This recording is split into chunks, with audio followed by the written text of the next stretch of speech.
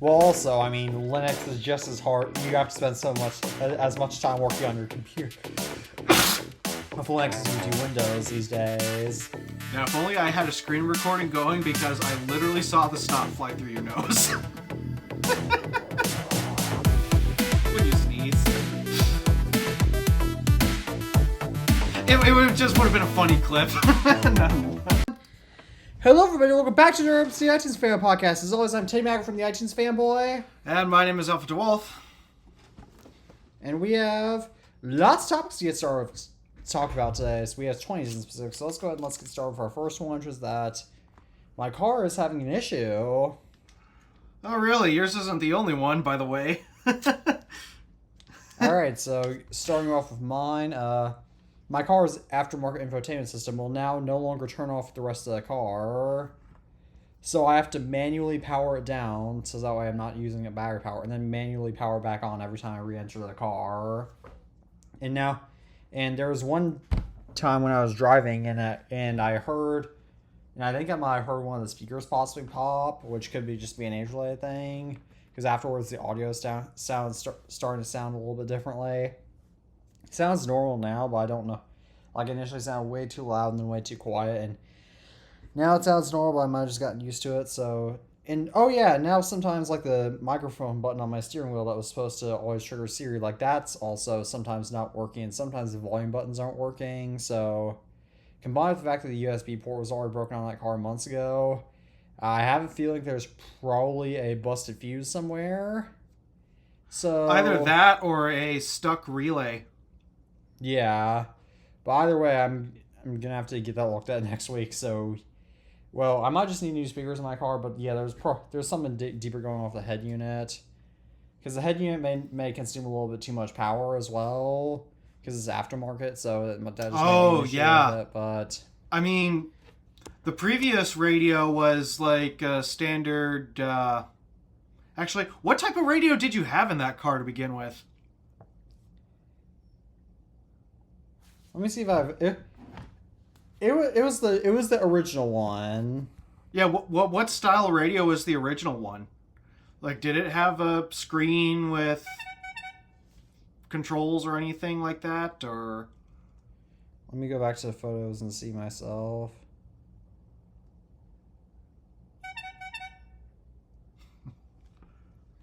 Yeah, it's my horn ringtone is no longer on iOS for some reason. So, my old car was so now I had to go back to my old horn ringtone. Yeah, I don't think I have a photo of it. Let me go ahead and check.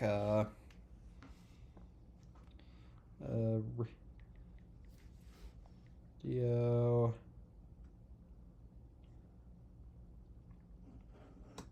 The screen. This is the only good photo I have of it, which was actually in a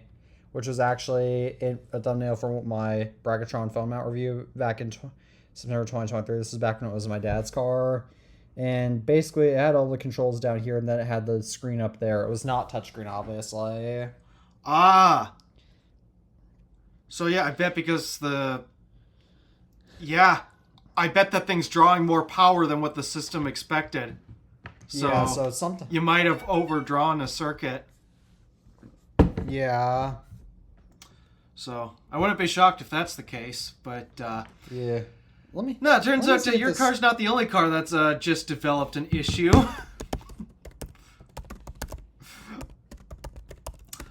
As of this morning, Stardust has developed a smell.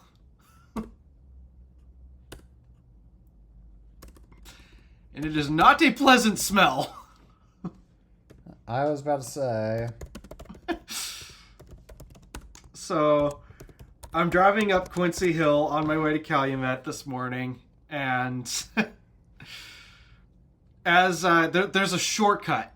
There's a little shortcut through Hancock that can get you up the hill quicker. It only works going up the hill. You still have to stay on 41, but this shortcut allows you to skip downtown Hancock to get up Quincy Hill. And towards the end of this shortcut, I passed this dead skunk It's in the middle of the road. I just passed this dead skunk. And all of a sudden, the interior of my car, it smells like dead skunk. And the scent is so strong. I didn't even hit this. I drove around the skunk, but the interior smells like dead skunk. And I thought, okay, you get a mile down the road, the smell will go away. I get to work up in Calumet. Still there. The smell is still there. So, all right. Today, thankfully, the weather actually decided to be nice for a change. So I left all of my windows rolled down just so the car could air out. Finish up work, get back in the car. It still smells like skunk.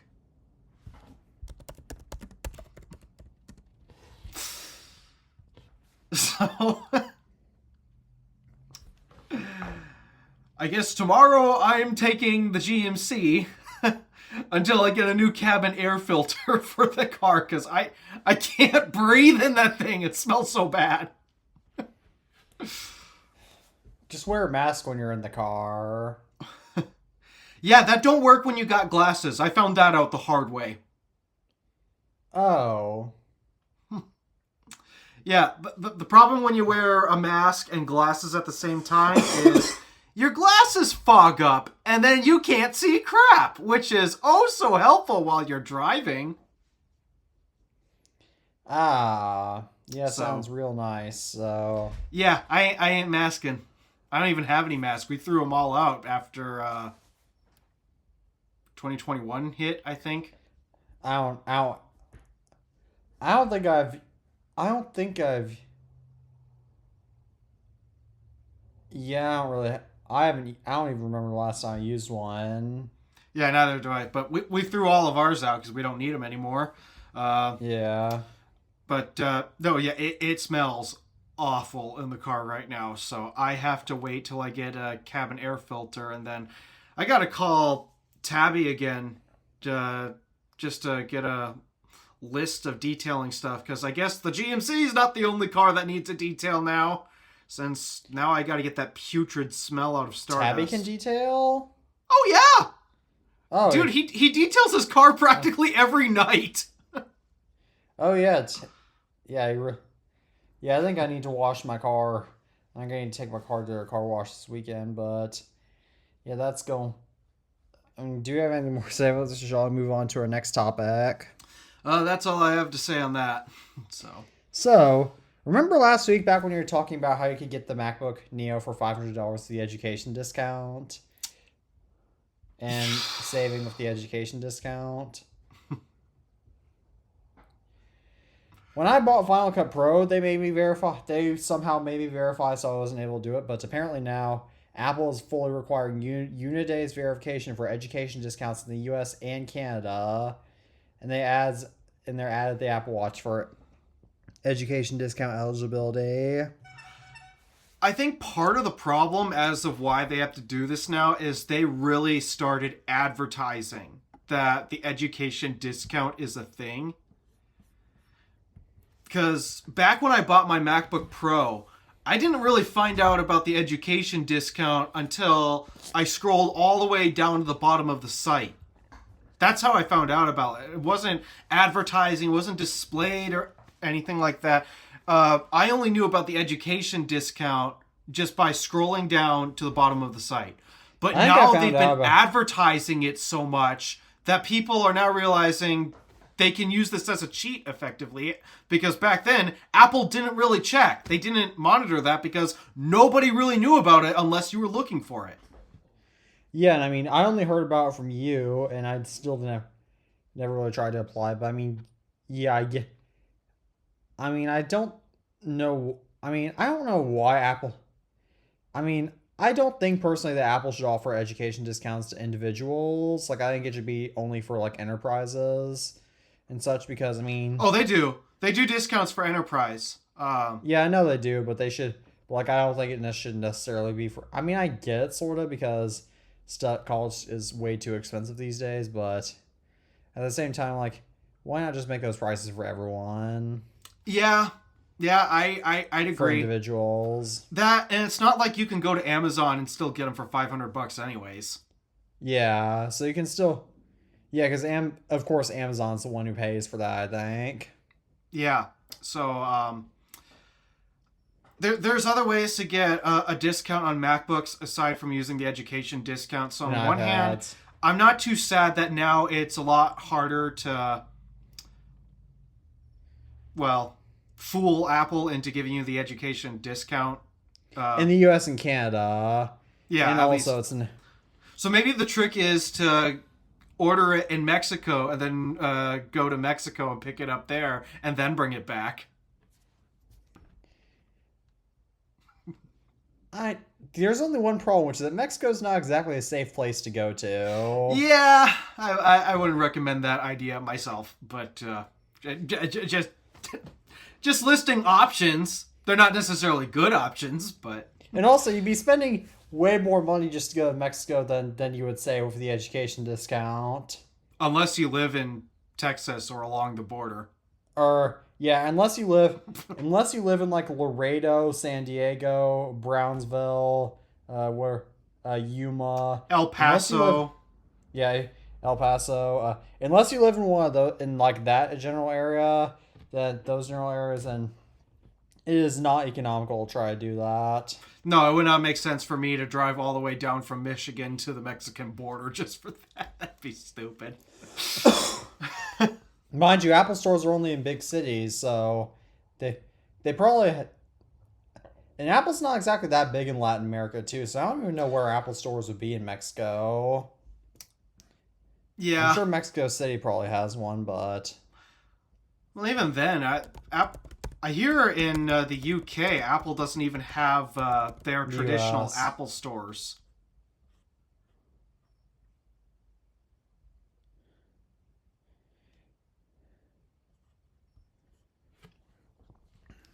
So, I don't know, but let me hang on. Luckily, they have. I just know the Apple Store being more of a US thing, not necessarily a global thing. Apple via Santa Fe. Let me. No, Apple has stores all around in some other countries too.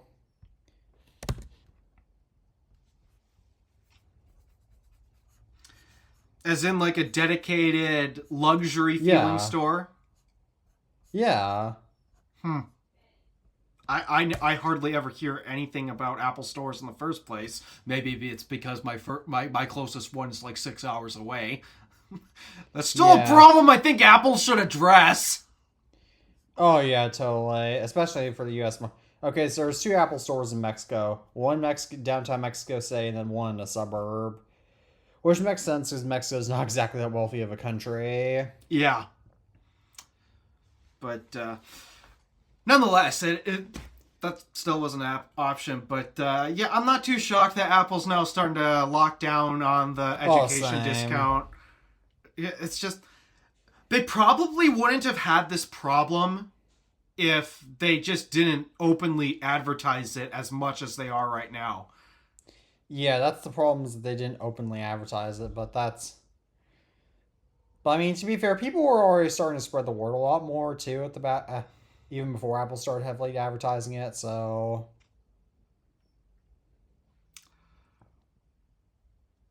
But even then, it was kind of more like a tech enthusiast thing, spreading the word. And, well, we all know how much of a percentage of the market tech enthusiasts make up the tech I mean, market. that's true, but still a percentage. Yeah, but nonetheless, I'm not surprised that it's happening. I'm just a little concerned now. For one, who's Unidace?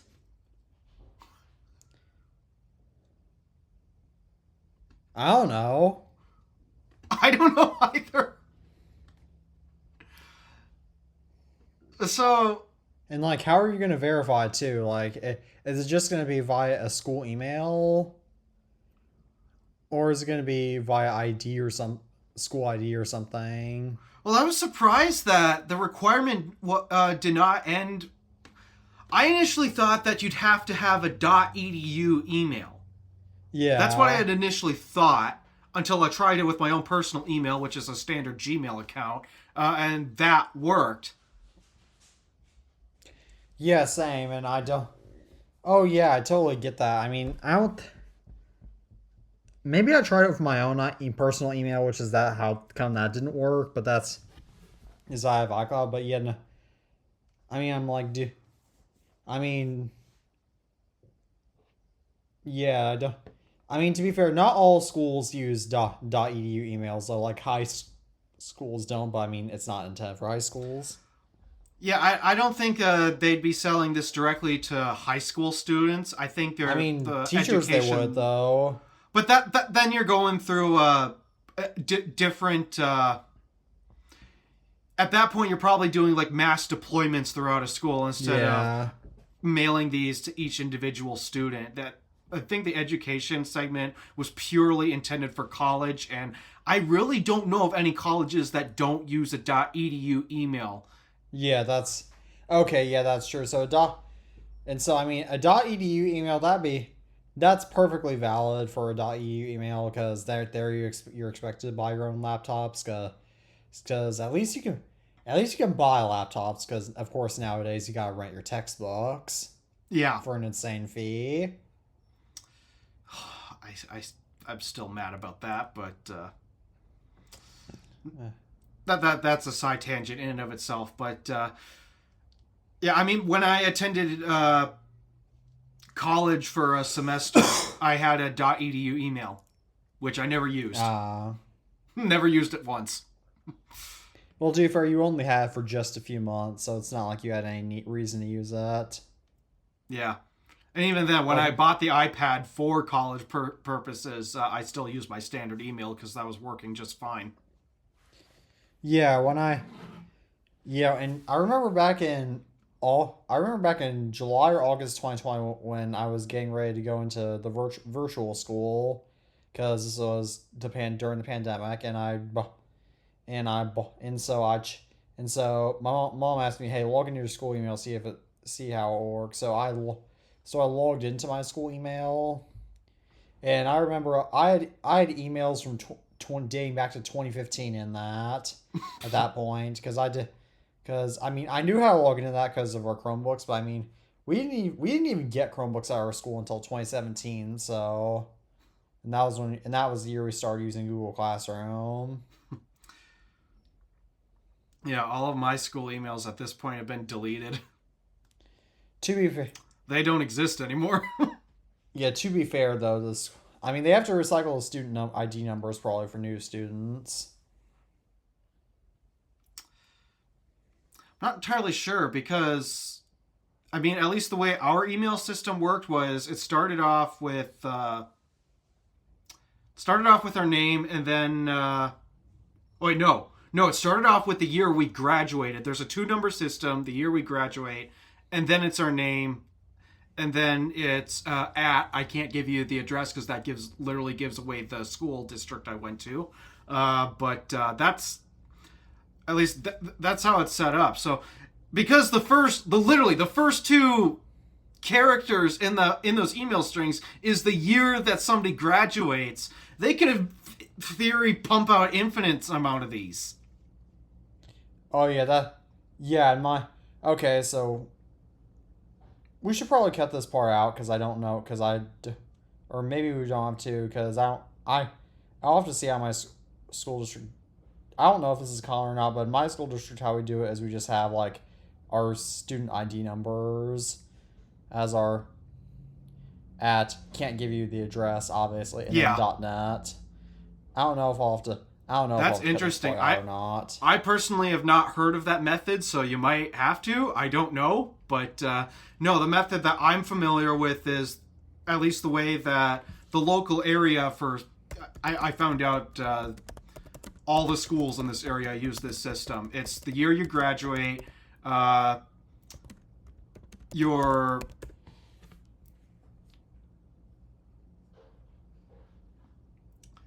Yeah, it's the year you graduate. Your last name minus 1 character, unless your last name has less than 8 characters.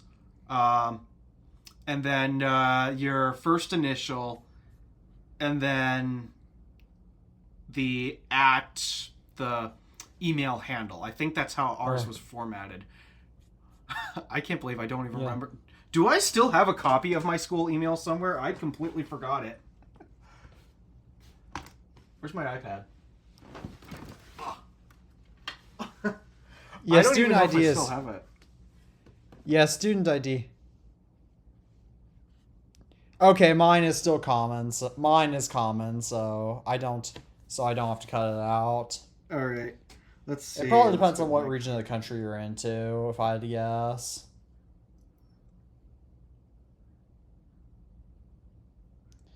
Nope, I do not have that old email stored.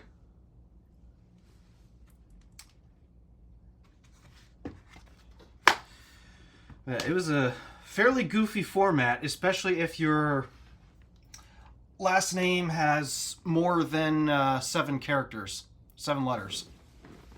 So basically, it would. Could you please explain that to me again? Because I was looking at how your school email. So yeah, the way it works is we have the year we graduate. Then it's the first 7 letters of your last name, and if you don't have if you don't have 7 letters in your last name, then it's just whatever your full last name is. Your first initial. I got lucky in that case.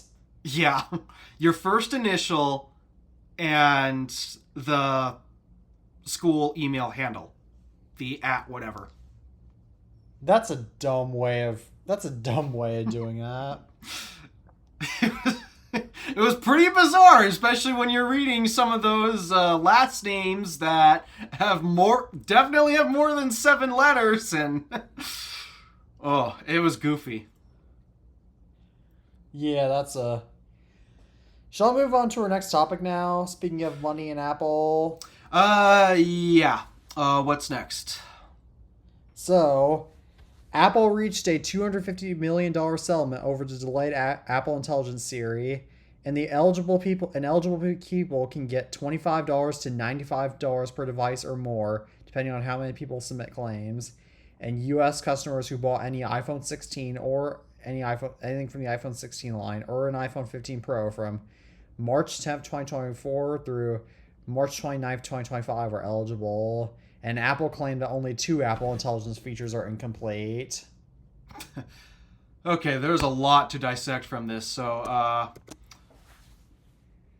yeah, I guess the big thing was, the AI Siri thing was delayed, and I'm not surprised they got sued over it.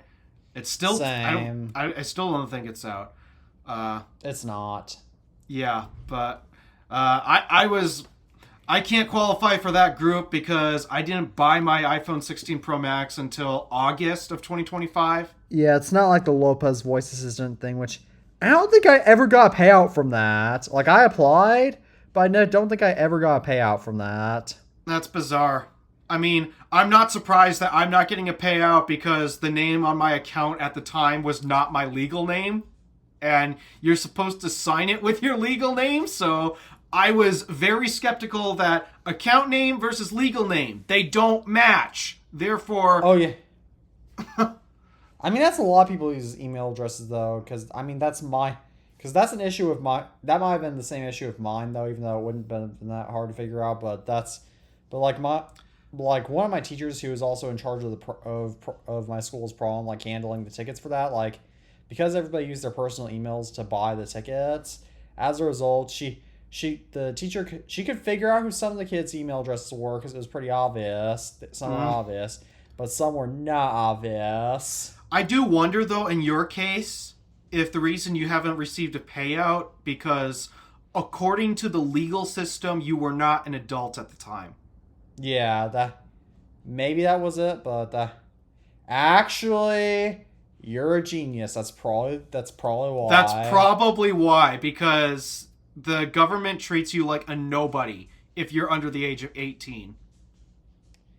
Yeah, and even now there's a lot of stuff they have to be 21 in order to do, unfortunately. So, on your behalf, I think that's the reason why. But for me, I know my reason. It's because the account name and my legal name, they're not the same. They are now, but they were not the same. Oh at yeah, the time.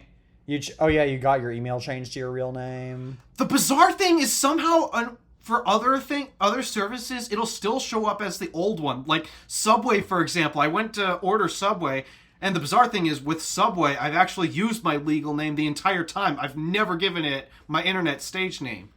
And yet, last time I ordered on Subway, somehow my stage name made it on the ticket and not my legal name. Yeah, I mean, some things don't change either, because like on my AirDrop account area, like sometimes it's still like in case you didn't see, like a few months ago I changed my Apple ID profile picture, and it still sometimes comes up as the old one. I hadn't noticed that. I still see the new one all the time. Yeah, you still see my new picture? Yeah, I see the new picture all the time. Oh yeah, that's good. That's actually a really great photo. Yeah, I agree. I was surprised to see what Tabby selected for my profile picture on his phone. Oh, let me see what he selected. Somewhere in the group chat. Oh yeah, I see that now.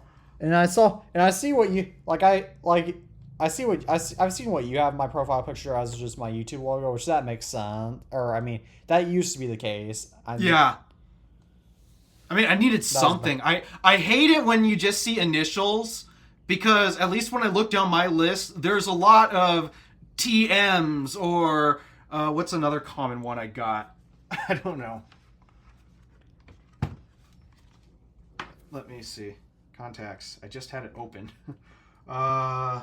Let's see. JAs is another one. I don't know that many people with the last name of A.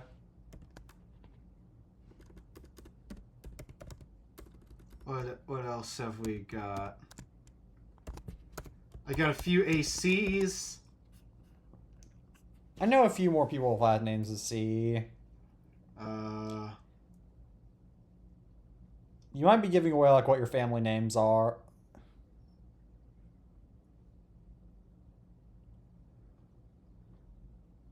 I have 3 TKs. At least that's what I've spotted so far. But nonetheless, I hate it when profile pictures are just the default 2 letters. Because the same initials can stand for so many different things. Yeah, that's why I usually have to... I usually never look at those, so So, nonetheless, what were we talking about? the AI settlement. Oh, yeah.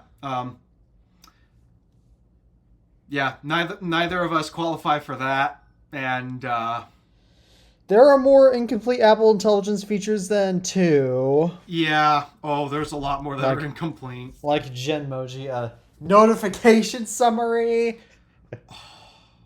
Do you think I should turn that on just to see what notification summaries I get? I personally wouldn't. Yeah, that's a good point. But yeah, no, those notifications. Yeah, because the only notifications I really get are texts and calls. So. And I'm still trying to figure. Why would you ever want? What's so difficult about reading a notification? You need to have it summarized for you.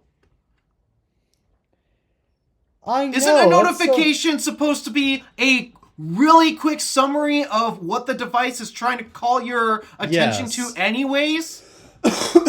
That's correct. At this point, we're trying to summarize a summary. Oh, I'm going to have to... The mowers are here, so I'm going to have to put in my... I'm going to have to change it to mic mode, voice isolation. There, I'll probably sound different. Yeah, so... Why are we trying to summarize a summary of a summary of a summary? We're starting to get into summary loops here, and it's not a good idea. Not a good idea. It's like do you know what the gossip game is? Oh yeah, I've played it a bunch of times, and oh boy, are the results hilarious towards the end of it. So, yeah, we don't need this type of. I've never understood the point of the notification summary feature, primarily because notifications themselves are a summary as of why the device is signaling your attention. Also, I kind of want to read exactly what they are, because it's like why I don't have like my text notifications come in as like this person iMessage. Like I want to see fully what they type so I can know what to respond instantly. I mean, personally, I'm okay with just on my lock screen for when, let's say you send me a text. This is what I want to see of the notification. iMessage, so I know which app is calling my attention. Teddy Maggart. So I know... It's Maggart, not Maggart. That's the Uper accent. Please get rid of it. Yeah, that's not happening. It's okay to just throw away all your UP heritage. So, nonetheless, that's how I want it.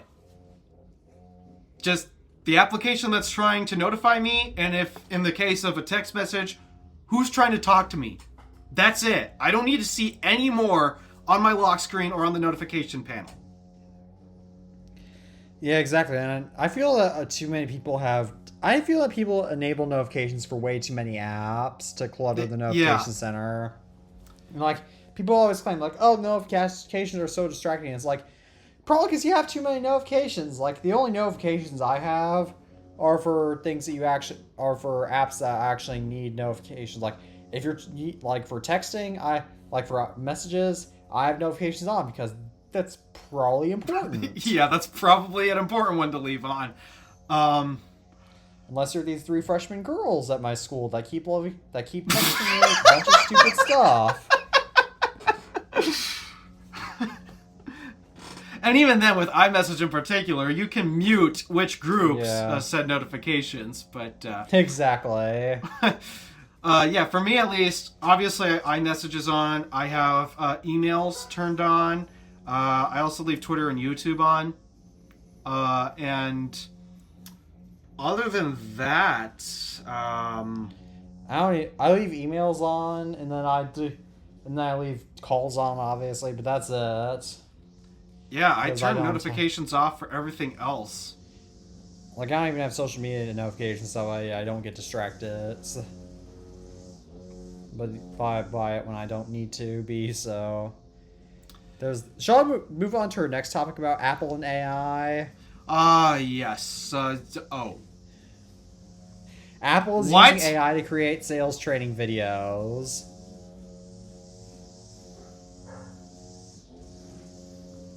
Coming from a company who makes a big deal about producing their events solely by hand on iPhone and Mac.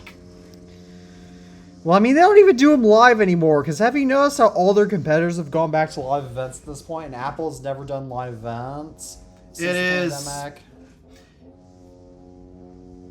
It is unfortunate, yes, that Apple does not do it. What did they build the Steve Jobs Theater for then? And it was such an iconic... Apple events are such an iconic part of Apple too. Like I would still love to go to an Apple event in person. If only you could do such a thing. Yeah, but now they have Apple events to do it for. I mean, they'll hold quote-unquote events where they'll bring journalists into the Steve Jobs Theater and show them the exact same video that we all watch. And then afterwards, they'll go to the hands-on area to try things out. But that's not a real live event where you get to watch Face ID fail on stage, or where you get to watch the couple that unveil a Humane AI pin and unveil iOS 10 iMessage features with more enthusiasm, or you get to see events where Apple launches a stand for $1,000, or events where Phil Schiller says courage. Or events where Phil Schiller says, "Can't innovate anymore, my ass." or events where Steve Jobs unveils the iPhone or iPod, or sneak peeks like AirPower. Or what's in... What are more iconic Apple event moments? No, obviously they've moved away from live events because they don't want to be seen as imperfect. Like They don't want iPhones to fail. They don't want their big new features to fail on stage. Yeah. So on one hand, I understand that, but it really takes away the human element out of it. Exactly. It's much more fun to hear Phil Schiller say "courage" in person rather than in a video. Courage is why we removed the headphone jack. Sure, Apple. Yeah, we all know why they did it. It was because of courage to make more profit. In fairness to that, though, I mean, AirPods are great, it was so bud. funny how we made such a big stink about it back in 2016, and these days we don't.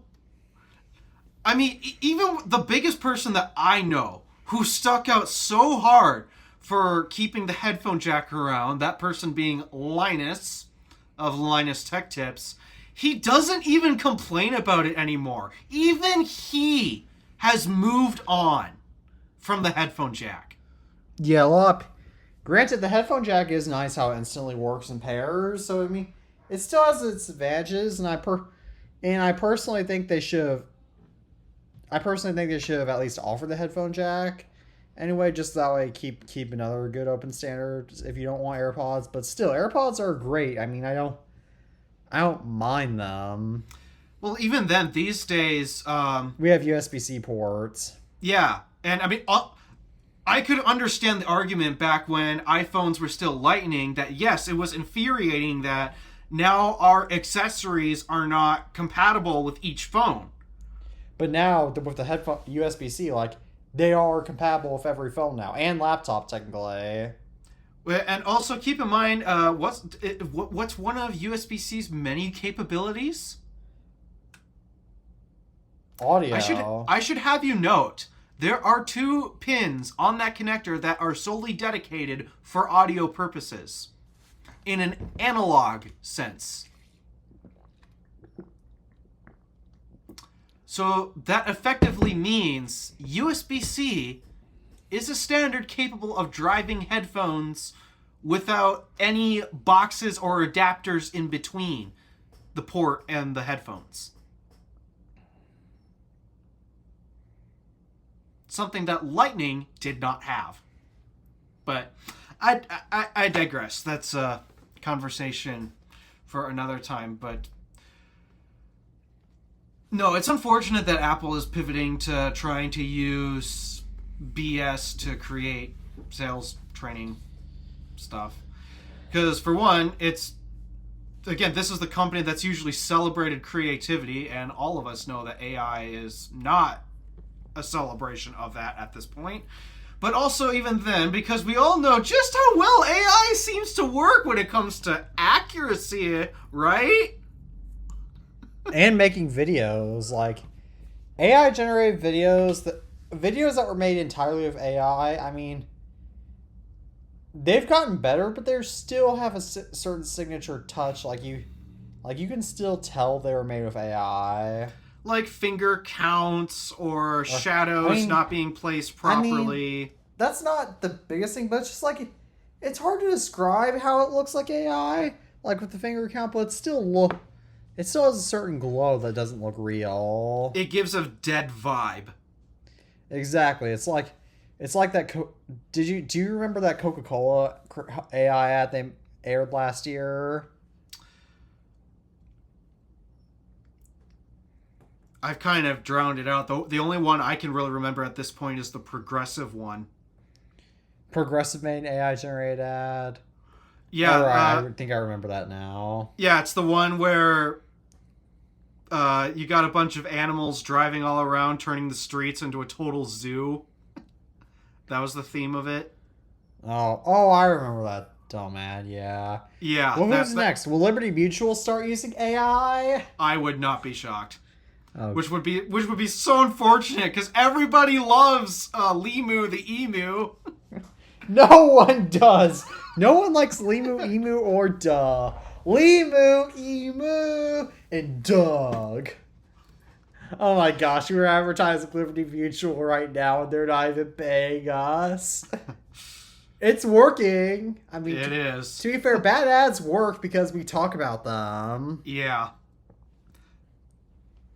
Like, I mean, I'll be honest, I get a little kick out of the emu. I don't care for Doug.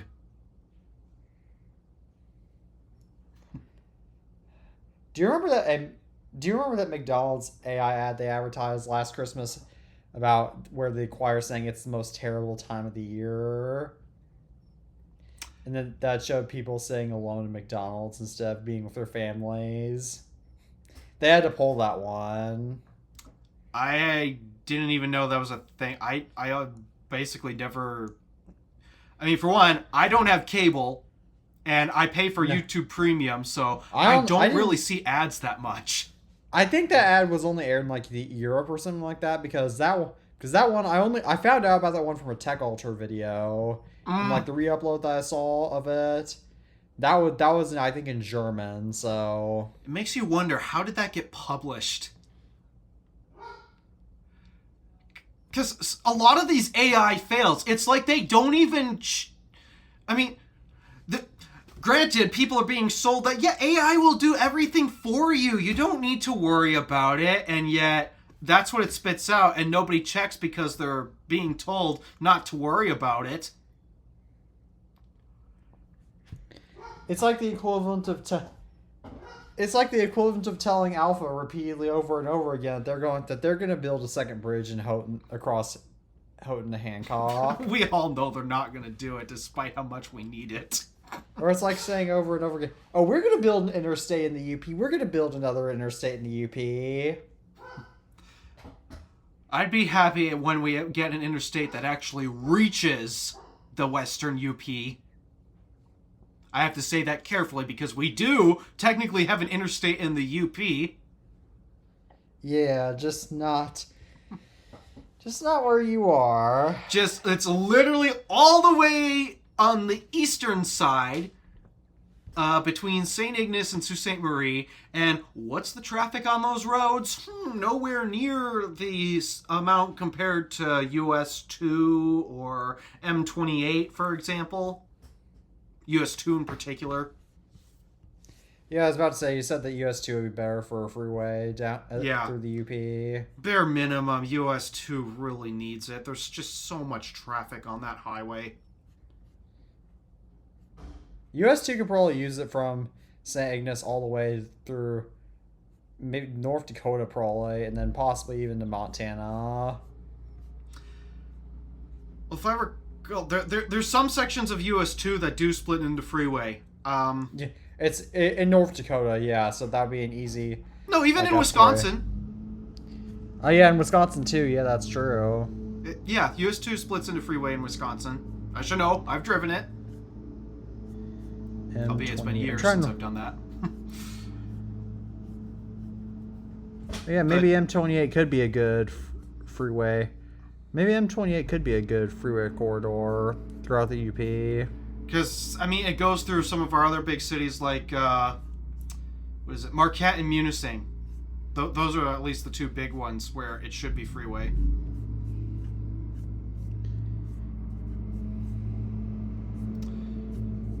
So, but, nonetheless, I think we should get back on topic because we still got a lot of stuff to talk about. Alright, so shall we move on to our next topic, which is that Tony Fidel commented on an iPod Shuffle back market ad in New York City.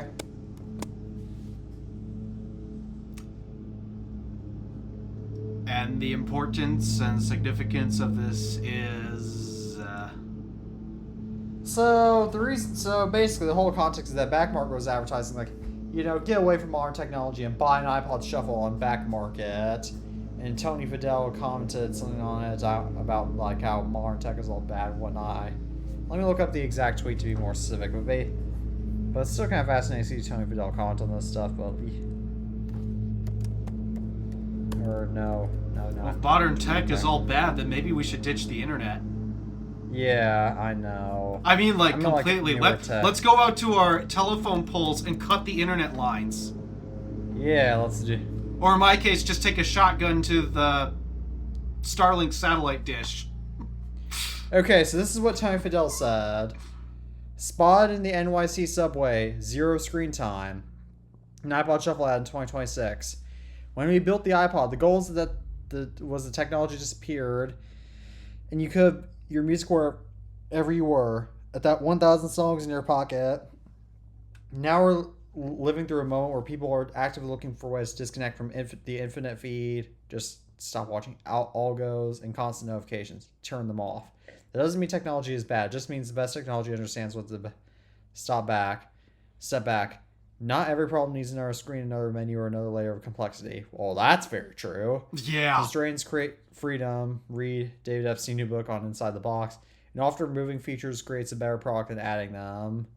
With iOS, I could probably use case. And then the future of technology shouldn't just be more engagement. It should help us be more human.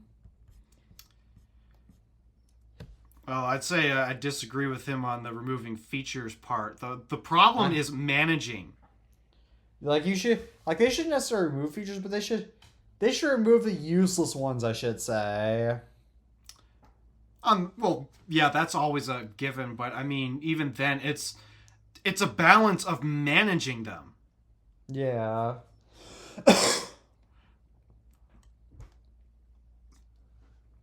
Because, I mean, let me use a great example. Air conditioning. Depending on where you are, air conditioning may seem like a very nice feature. Climate control may seem like a very nice feature. However, in the summertime, I always shut it off. It is ever rare. My climate control system on any of my cars is ever running in the summer. Why is that? With me, it's... But yeah. For you live in a hot area. I expect it to be running 24/7. So, that's a different story. But the reason why I'm saying this is, what's the cost of using this feature? What's the cost of climate control? I mean, they should get rid. They should get rid of features that are useless to everyone. Because I mean, like the calling card feature that in iOS 17 introduced, I hate that so much.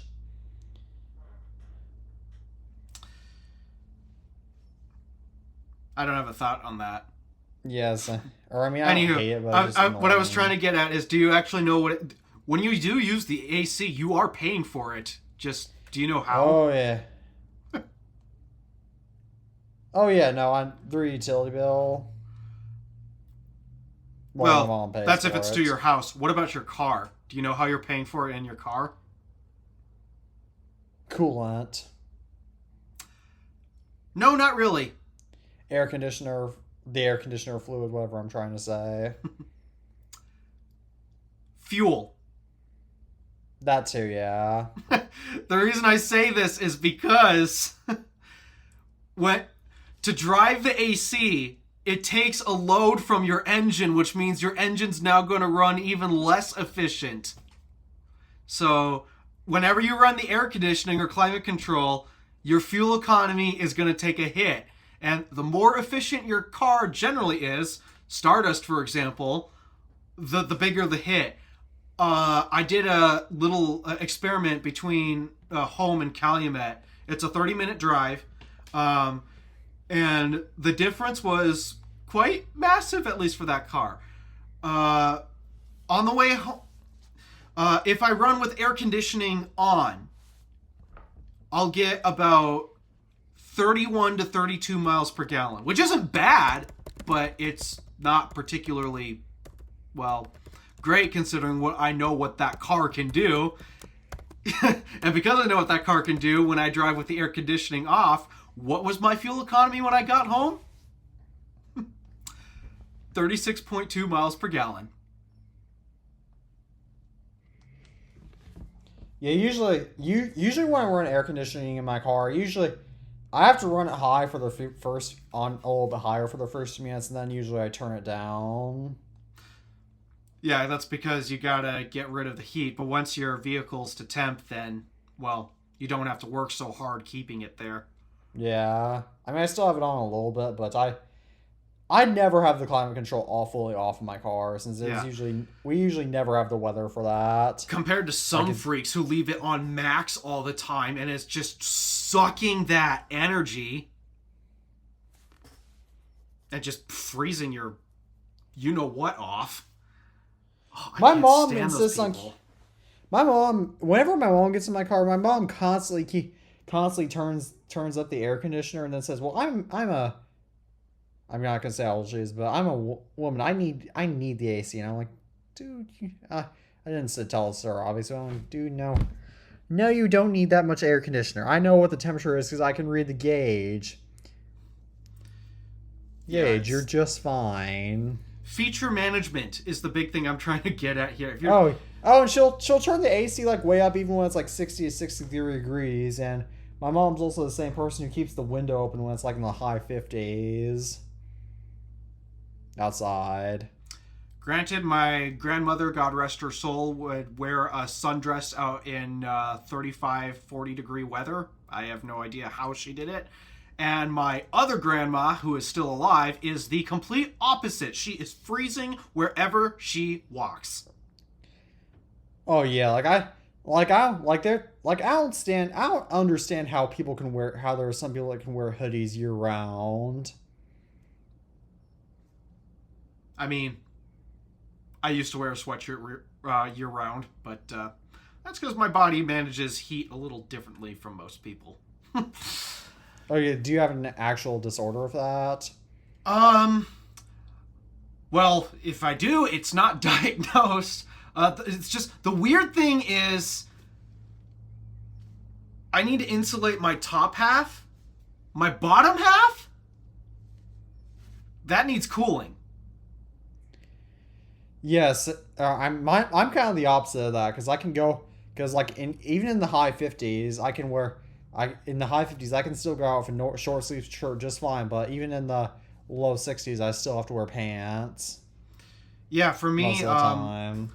60-degree weather is when I can start wearing short sleeve shirts, but I wouldn't want to stay out in that weather for long. And I don't need to put on long pants until it gets as cold as like 45 degrees. Granted, I often stay out for longer periods of time, so that's partially why. And I also can't. And I also I can't stand long sleeve shirts. So once it gets down below 57 degrees, then usually at that point I have to start wearing at least a jacket, and then I can get away with a light jacket if I'm outside for long periods of time while it's in the 50s, and then once it gets down, when it's in the 40s, then I usually have to wear a coat, and then when it's in the 30s, I have to wear different types of coats. So yeah, but every day I usually dress up. Like when I'm at school, I usually dress according to what the high will be that day. So if the high is 65 degrees or above, I will usually wear sandals and shorts. Wish I could do that. If the high if And so there's a lot of days even in the spring where I don't have to in fall where I don't have to bring a jacket or coat with me to school. Even some in the winter. Yep, but nonetheless, I don't even know where we're at. We still got a lot of stuff to talk about. Alright, so shall we move on to our next topic about how scammers are setting up sites and advertising them on social media, claiming to be artisan bag stores closing down. Okay. And it's really just like cheap drop shipped bags, or else something like this, steal your personal information. So it's basically, I just thought I'd mention it because it's a new variation. I'd say the squirrel one that I learned about a couple days ago is more noteworthy than this, but okay. What squirrel one? There's a group of scammers out there that were selling adoption certificates for squirrels. So you could adopt a squirrel in theory. Why?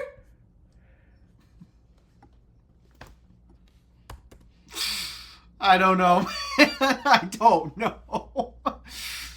But yeah, there was a legit scam going on where a group of people were selling fake squirrel adoption certificates. I mean, granted, you can adopt a squirrel, but you don't get a certificate for that. You just say one. Like, squirrels actually used to be one of the most common pets in North America. Really? Yeah, in the 1940s and beforehand, squirrels used to be the most common pet in the United States, or one of the most common ones. Makes me wonder how them chipmunk sales are doing. I say that because my sisters just watched Alvin and the Chipmunks a little while ago. Is Alvin and Chipmunks like when the guy it's like when the guy like adopts three chipmunks? You don't remember the meme? Alvin! Oh yes, I know that. Alvin the Chipmunks is so funny. I can't stand the voices though. It just hurts my ears so much. Isn't Justin Long doing one of those voices now? I don't know. I don't know. I don't care. I don't really have much interest in the series, but do you like that Christmas song they did? I really don't like a lot of Chipmunk songs because the voices get so high. It hurts my ears. I get that. I mean, hey, I like groups with high vocals like Rascal Flatts, for example. They're a purely tenor trio, fully made up of tenors. I'm a tenor myself, but I have my limits on certain frequencies that I'm willing to take, and there's various notes that some even singers with their natural voices will hit that I just can't. I can't listen to. It just hurts my ears. I get that, but shall I move on to our next topic? Speaking of music. Yeah, speaking of music, apparently, where did it? I was just reading. Spotify removed 75 million AI tracks. Goodness gracious! Yeah, AI tracks are becoming such a problem on music platforms. I mean, on one hand, I'm actually. I don't give Spotify many W's. I'll give them this W that they're actually trying to scrub AI from their site. I don't give them W's very often. I'll give them this one. They've earned this one. Although I'm a little concerned that somehow 75 million of these tracks made it on there in the first place, and probably more. Oh yes, a lot more have made it on there. Oh my goodness. So, yeah, this is the first time I'll give Spotify credit for something. It's good that they're scrubbing AI crap from their site. But on the other hand, how the heck did we get here in the first place? Investors. But shall we move on to our next topic about the Fitbit Air?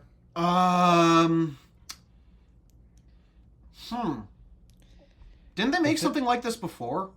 Yeah, Fitbits originally didn't have screens, and so they're doing it as a callback because of the rise of some fitness band, apparently.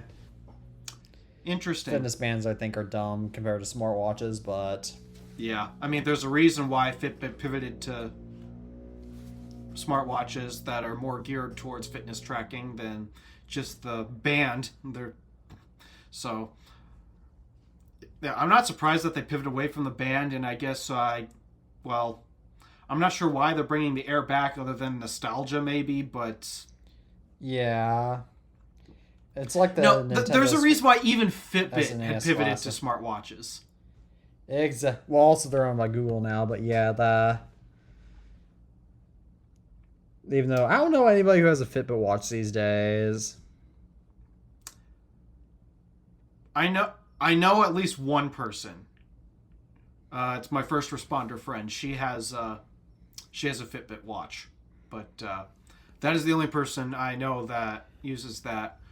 I used to have one, and both my parents used to have them too, but we didn't use ours for that long. Come to think of it, I don't really see that type of stuff on people's wrists anymore. Most of the time, I'll see traditional analog watches, or if they are doing fitness tracking, I just see an Apple Watch. Yeah, same. Because I had a Fitbit that I got for my 9th birthday in March 2017 that I wore for a couple of months back when both my parents had gotten Fitbits earlier for that previous Christmas, and I wanted one too. But I never found. But even my Fitbit at that point, I didn't find that much appealing out of it. Yeah, I mean, it's really no. I'm noticing that it seems like fitness trackers or just those in general, they seem to be on a bit of a dying trend. And if I do see them, it's an Apple Watch. Exactly. Well, I mean, it's just because fitness trackers are great for hardcore athletes that need to track it. But the problem is that's not the average person. I mean, I should know. My goal is supposed to be 500 calories a day. I'm nowhere near it. I'm currently at like 241 right now. Yeah, I've got... Let's see how many I burnt. 485. I really need to do more. I need to do something to lose this weight. I'm only 68% done. But to be fair, though, I didn't bring my Apple Watch to school today because we had my AP test. And it turns out my test proctor didn't even seem to care. Because she didn't tell everybody to take their smartwatches off, so... Yeah, well, given what's going on in a couple topics down, I don't know. I have a feeling like smartwatches are going to be the least of our concerns. Yes. In public education, but we got one more topic to discuss before we get there. Alright, so shall I move on to the Linux Dirty Frog combination? Or the Linux Dirty Frag, excuse me. What is that supposed to stand for? So it's a combination of two exploits that allows root access to the system. It affects all distros, and a kernel patch was released but has not been applied to many distros. Yeah, Linux is a bit of a bizarre one when it comes to security. I mean, on one hand, it's an open source project, which means anyone can look through it to find security vulnerabilities. But on the other hand, it's an open source project, therefore anyone can look through it to look for security vulnerabilities. And anybody can make them.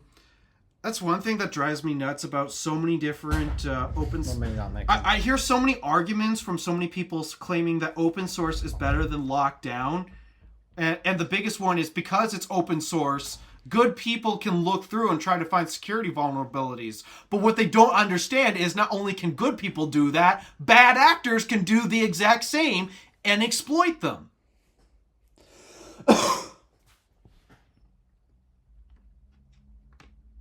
So there's that I would like to point out. So yeah, Linux is in a very interesting spot where there's a lot of push towards leaving Windows and going towards Linux in particular. My guess is because most people still don't want anything to do with Apple, but that's a different conversation for another time. Well, also, I mean, Linux is just as hard. You have to spend as much time working on your computer with Linux as you do Windows these days. Now, if only I had a screen recording going, because I literally saw the snot fly through your nose. When you sneezed. It just would have been a funny clip. All right. I say this because last Thanksgiving I was recording a video with my cousins, and we ended up having a snot rocket fly right across the room. Yeah, I'm either getting cold or what I have a feeling is also very likely is that there's bad pollen in the air. Spring allergies, I know they suck. Yeah. Uh, Yeah, I don't know whether I'm getting sick or not. Neither do I. So, but where was... Oh, yeah. There's a big push towards jumping towards Linux. Probably mostly by the Linux community. It's just the one thing that frustrates me is that the Linux community seems to be very toxic. Because when you go to them to try to diagnose the problems, they're so hostile towards you, saying, you should know this. This should be like secondhand nature. And I'm sorry, terminal commands are not secondhand nature. It's like, I know, I don't tell people that in my YouTube comment sections of my downgrade tutorials, even though some of the stuff feels like it should be second nature to me, but to be fair, at this point I'm starting to feel like I'm dealing with a whole different generation of Apple collectors and jailbreakers. Because the way I had to do all the jailbreaking was I basically had to do it all on Windows 7 after it already last support. And now there's just legacy iOS kill on Mac OS, so... Yeah. Well, we should also especially know that you're dealing with a whole new generation of Apple collectors given your comment section. Yes.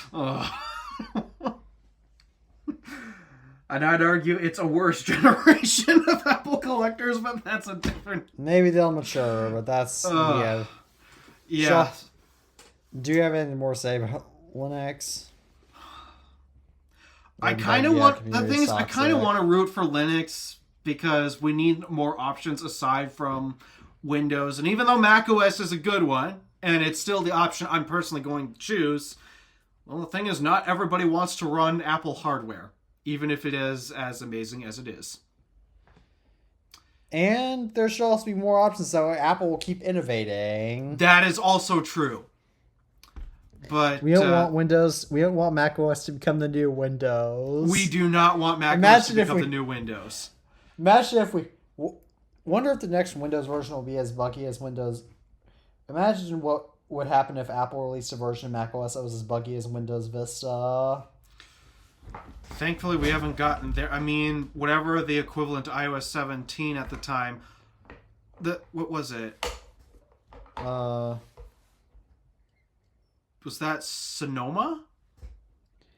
I think so. Yeah, I think it was Sonoma. Yeah.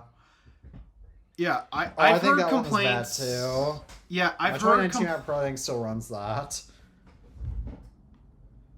Oh, excuse me. It was iOS 18. Yeah, iOS 18 was the one with so many bugs. Yeah, 18. I was trying to think, what's the last 18. One before 26? Because I think 26 18 was Sequoia. Yeah, so Sequoia. I remember so many people complaining about macOS Sequoia being so riddled with bugs. In Tahoe, I've heard lots of people complain about that too. Yeah, I mean, I never really experienced them. I actually had macOS Sequoia was the only operating system that was working just fine for me. I really didn't have any issues with Sequoia. It was iOS 18, iPadOS 18, watchOS 18. Yes, I even have problems with my watch. I still kind of do. It wasn't watchOS 18. I think it was watchOS 11. Or 12. Oh, yeah, that's right. This was before everything was unified. Oh, my goodness. I'm so rusty on this stuff. Dude, this unification is dumb. I know! It only serves to confuse the ever-living snot out of us. Nonetheless, yeah. I remember macOS Sequoia being particularly buggy and for most people. Not me, but even then, I don't think the level of bugs that Sequoia had can even compare to Vista. Yeah, back when... Even in Windows 10, which is considered a good version, I got a blue screen of death when I was doing my schoolwork. Yeah. But yeah, that's... I was grateful that despite that I started my days with XP, my dad was the only one who ever had a Vista laptop, and I never touched that thing. I basically went straight from XP to 7. I never got to experience Vista. I don't know. To be fair, most Vista hardware can run Windows 7, so I don't actually know of any Vista hardware that can't run 7. Well, 7 was supposed to be the update that fixed Vista. And that's why I say Windows 7 was the last good version of Windows. Because it basically took Vista's design, but unlike whenever Microsoft says they're going to polish it up, that was actually a version they properly polished it up. Now, granted, I've still had lots of bugs with Windows 7, but not like Windows 10. It's nowhere near as bad as Windows 10. I'm not saying that I never had bugs with Windows 7 either. I'd get the occasional unknown error. I had more bugs with Windows 7. I have had more bugs with Windows 7 than any Mac OS version. But no, that's a fair statement. But even then, at least for me, I don't even think I still have more bugs than I've ever had with Mac OS. But it's really not by a lot. It's only like a few more. Windows 7, oh, gosh, those were the good old days. And I love Windows 7 too. I genuinely, I miss that operating system. I mean, that was the system I grew up on.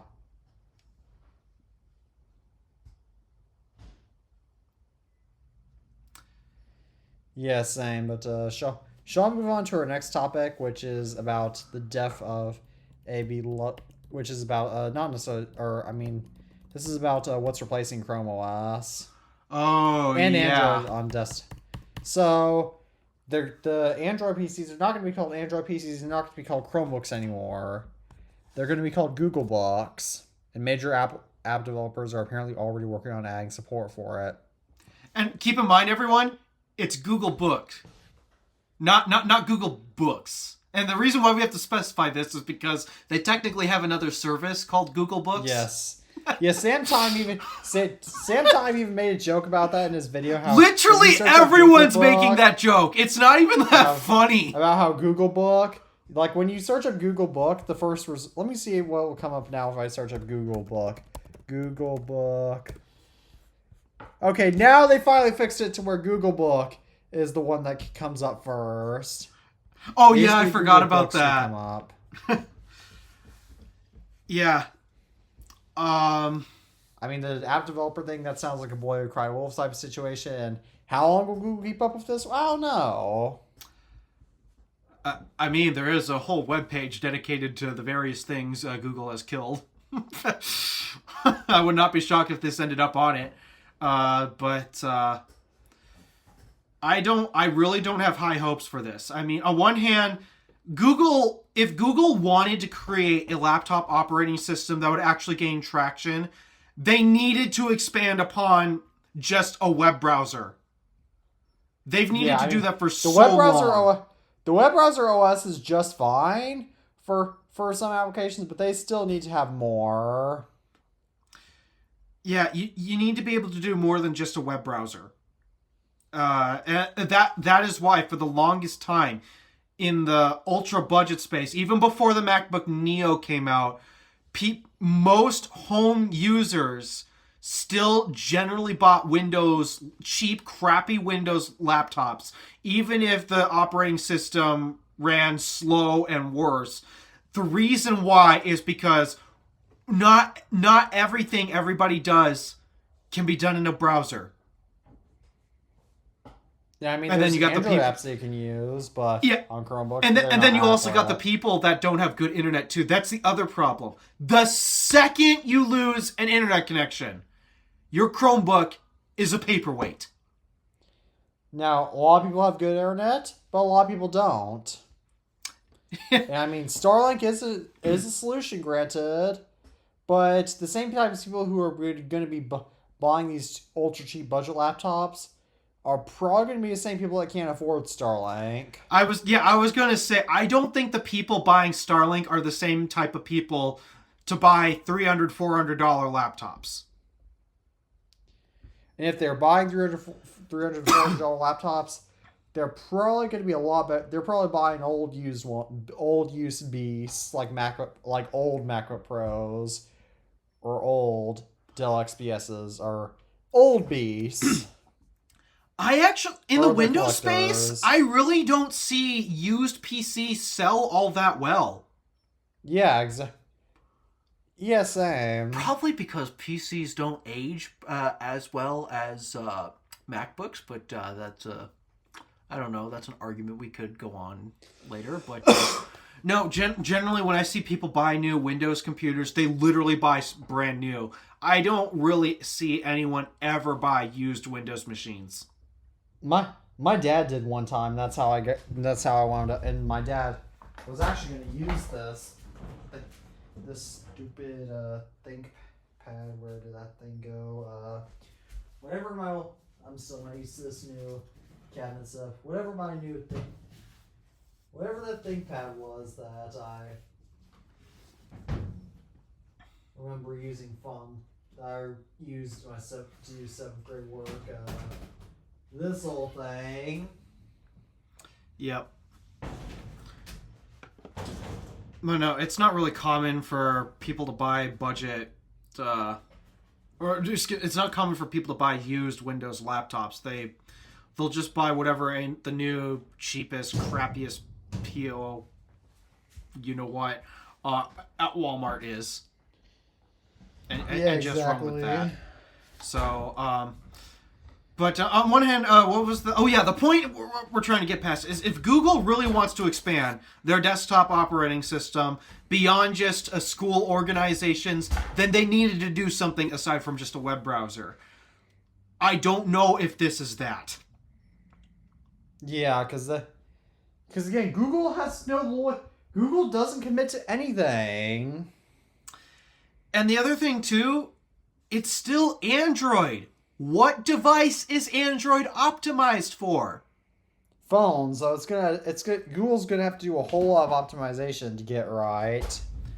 And okay, Google can optimize their own apps for this desktop operating system specifically. And apparently the other developers are working on it, but I just don't believe it. Most developers barely even work on making tablet versions of their apps. They just make the phone version and they say, good enough. Works for everyone, I guess. It worked compared to... And we all know why. It's because of fragmentation. It's the one thing Apple never has to deal with because they have a very specific set of lines that use very similar parameters to one another. And you don't really have to change much between devices to get them optimized. So, versus Android, you got all these different screen sizes, you got all these different resolutions, and now we got all of these different aspect ratios. And now we have to start adapting things from vertical to horizontal for the laptop space. No Android dev's gonna want to do that. I should also point out that devs are not really that financially incentivized to do it anyways. yeah, Google's gonna have to effectively pay developers to do it. Yeah, even though Android, yes, is a large user base, Android Desktop currently really doesn't exist, aside from whatever they announced, but it's not in the hands of other people. And as far as from what I know, the only other things I've seen with this new Googlebook thing is, of course it has Gemini built in, which, I have to point out the single stupidest thing that would infuriate me to absolutely no end if I were to ever use that laptop. Shall we move on to Gemini Intelligence UI? Yeah, that's kind of what I'm getting at. You know what happens when you shake your mouse around, right? Yes. So, on a MacBook, or macOS in general, when you shake your mouse, it blows it up bigger so that way you can find it. And on Windows, it does absolutely nothing. So, what is Google deciding to do when you shake the mouse around?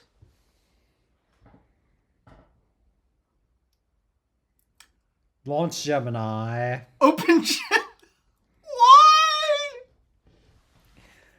Is there, please tell me there's not a dedicated Gemini key.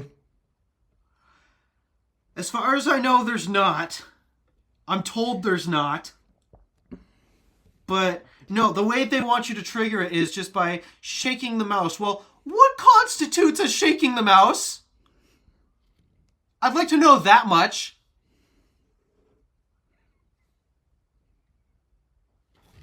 And then also, when I am frustrated waiting for something to load, because again, these are probably still, if I had to theorize, these are probably still going to be very heavily internet-dependent devices. Because they'll again, be cheaper. Yeah, because they'll be heavily internet-dependent devices, when you're on slow connections, sometimes I get a little frustrated waiting for those pages to load, and in my frustration, I will shake the mouse. Oh, lovely! I'm already frustrated, and this frustrating piece of crap is now taking up my entire screen saying, what do you need? I'm here to help you! What do you need? What do you need me to do? Which is going to slow it down even more. My Apple Watch is telling me to stand. Yeah, mine is too. So, I'm already frustrated. And then they're going to shove this feature that I clearly don't care about and want absolutely nothing to do with. They're going to shove it in my face even more. The end result is probably me screaming so loud my next door neighbors can probably hear me. Unless they're also screaming loud because of us. Seriously, who thought this was a good idea?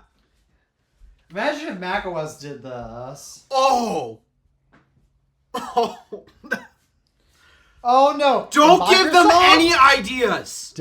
And Microsoft, don't you even think about it. Don't you dare, Microsoft. Don't even think about it, Microsoft. Google's giving Microsoft bad ideas. Oh. Yeah, Google's had plenty of terrible ideas in the past. Oh my goodness, this is just... That's the thing. This is the type of thing that pushed me away from Android to begin with. The constant, what do you need? Hey, I'm here to help you. Did you know this? It's too in your face. Maybe Tony Fadell was onto something about that whole thing. Because... And he founded Nest, of course, which Google bought. Yes. But, yeah, my point is, the whole reason I left Android is because it's too pushy. It's too in my face. I'm tired of constantly needing to get notifications for how fast my phone is charging. What is the weather every hour when I can just look outside? Or check it yourself, because I don't need to check the weather every hour. Or how long is it going to take for me to get to work? I legit don't need those notifications, and it doesn't matter how many settings deep I go. I can't turn them off. It just has this need to tell me every single thing that it knows and shoves it in my face when I'm trying to do something as simple as look through a text message or read an email. Do you remember that Android challenge that we were going to do back in 2021 if I reached 300 subscribers before the end of November 2021? Yeah, that never happened. We were both going to switch to Android for a week. Yeah, that never happened. And, I mean, later on, in case anyone forgot, I did do an Android challenge for a month. We were both. Yeah, and you even said, I'm gonna have to live with their notifications. Yeah, it's... And then the crazy part, during iOS 18's reign of terror, I came so close. To going back to that pushy lifestyle. Just because I was so fed up with the bugs. You should have come to my lifestyle, where I was still on iOS 16. iOS 16 was pretty bad for me, too. Yeah, I'm surprised I lived with iOS 16 well for 3 years. Yeah. I was genuinely shocked. You seem to have a fairly okay experience with it. I mean, iPadOS 18 is not too horrible on my iPad Mini 7. I say that it's not too horrible.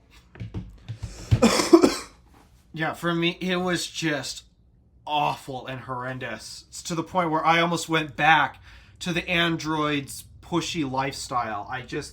I got so tired of it. I mean, some people will complain even their iPhone's a bit in their face. You can at least configure it to not be. Now, you can't configure AT&T to stop sending you notifications and stop texting you about, enjoy fast, reliable, secure AT&T 5G. Oh, you can mute those, by the way. Most. You can mute those, by the way. I have. They still send them to me. Oh, yeah, they won't stop sending them, but you can at least Yeah, mute no, it I so have it them doesn't muted. disturb you. No, I have them muted already. It's just that they keep sending them to me. I don't care about I wonder AT&T. if you can block the number. They use different ones, I'm pretty sure. For marketing, they use the same number. It's the same number every time for marketing. All right. Block person. And then block this person. Yeah. So they do use different numbers for different functions, but for marketing, it's the same number. For security alerts, it's the same number. For outage warnings, it's the same number. Yeah, I blocked their marketing numbers, so okay, now I know they can't say. I imagine Yeah. AT&T will be pissed about that. They probably won't even know. But Yeah. so yeah, that's see, you can configure that. You can at least configure this. Not on this platform. I've tried too many times and I've given up. I'm so tired of it. I don't care about how long it takes for me to get to, well, in my case, well, tomorrow's my last day, but school, because I know how long it's going to take basically every time. Unless if there's an issue, then I mean, okay, I'll find out when I get there. Yeah. So. Yeah, I'm not happy about the Gemini intelligence UI thing because, again, it's Google being pushy. It also looks kind of ugly too, I'm not going to lie. Yeah. Oh, and did you know, as part there is a critical design function that every Googlebook must have. The light bar. Why does every Googlebook need a light bar? It's just there to drain your battery. Yeah. Also, let me look it up too. Because here's the difference between Google's light bar and the old glowing Apple logo. The old glowing Apple logo was literally your display's backlight. That's what it was. The Google's light bar is not that. It is a separate component on your laptop. Which could also break. And drain your battery. For no purpose other than, hey, look at me. I'm using a laptop that is somehow even less functional than a Windows laptop. Even though you could probably mod Windows laptops to have that if you really want to. So I mean, with light up keyboards, RGB keyboards, another thing too. They're again using the same keyboard backlight. Yeah. Which I mean, Apple, please bring back that glowing Apple logo. I want that. That's what I want to see on this MacBook Pro redesign if it's going to get a price hike. The thing is, though, if they're going OLED, I don't know how that's possible. Because each individual pixel has its own backlight. Well, they could keep it on for the Apple logo. I don't know. I'd love to see them try, but again, maybe they shouldn't go OLED. Maybe they should just do mini LED. You know, to keep the cost down, which is handy during the Rampapocalypse. Yes, I agree with that. Because OLEDs, I don't care that much about OLED, to be honest. Like, I mean, the black levels are still just about as good with mini LED. It's just that blooming effect, but that's not even that noticeable. That's the thing. The blooming. I mean, so I really don't care. I don't see it. No matter how many times when I watch HDR content, I don't see the blooming. I just don't. Imagine how cheaper iPhones could be if they had mini LED displays. Oh my gosh. Mini LED on iPhone. Mini LED Apple Watch?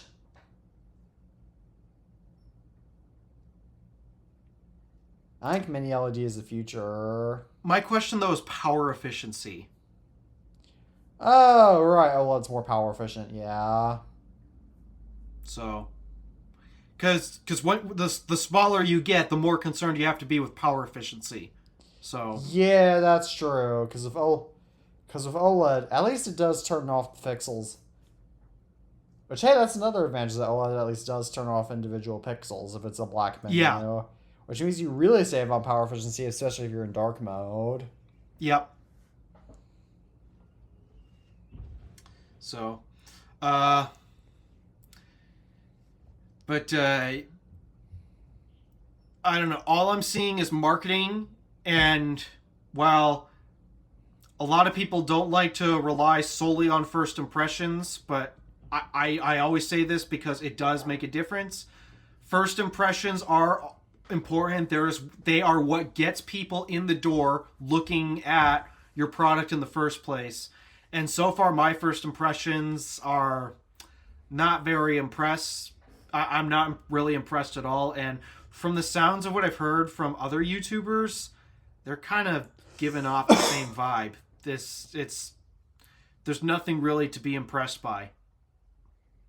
Exactly. It's just I mean, it gets them in the press though, so I mean, unless Google were to announce that Adobe Premiere is coming to this thing, then maybe we can start talking. Well, even Adobe's a joke these days. No, yeah, that's true. But my point is, Adobe is, as buggy and as terrible as it is to use, it is known for being professional grade software. Maybe Google needs to go woo Adobe, or maybe they need to go rizz up Adobe. Because that is something that that is something that Chrome OS has certainly lacked. Any professional software. Even when Google added the Play Store to the Chromebook, there is a grand total of 0 professional grade software available for Chrome OS. And as of right now, I haven't heard anything similar coming to this new Android desktop Googlebook thing. Exactly.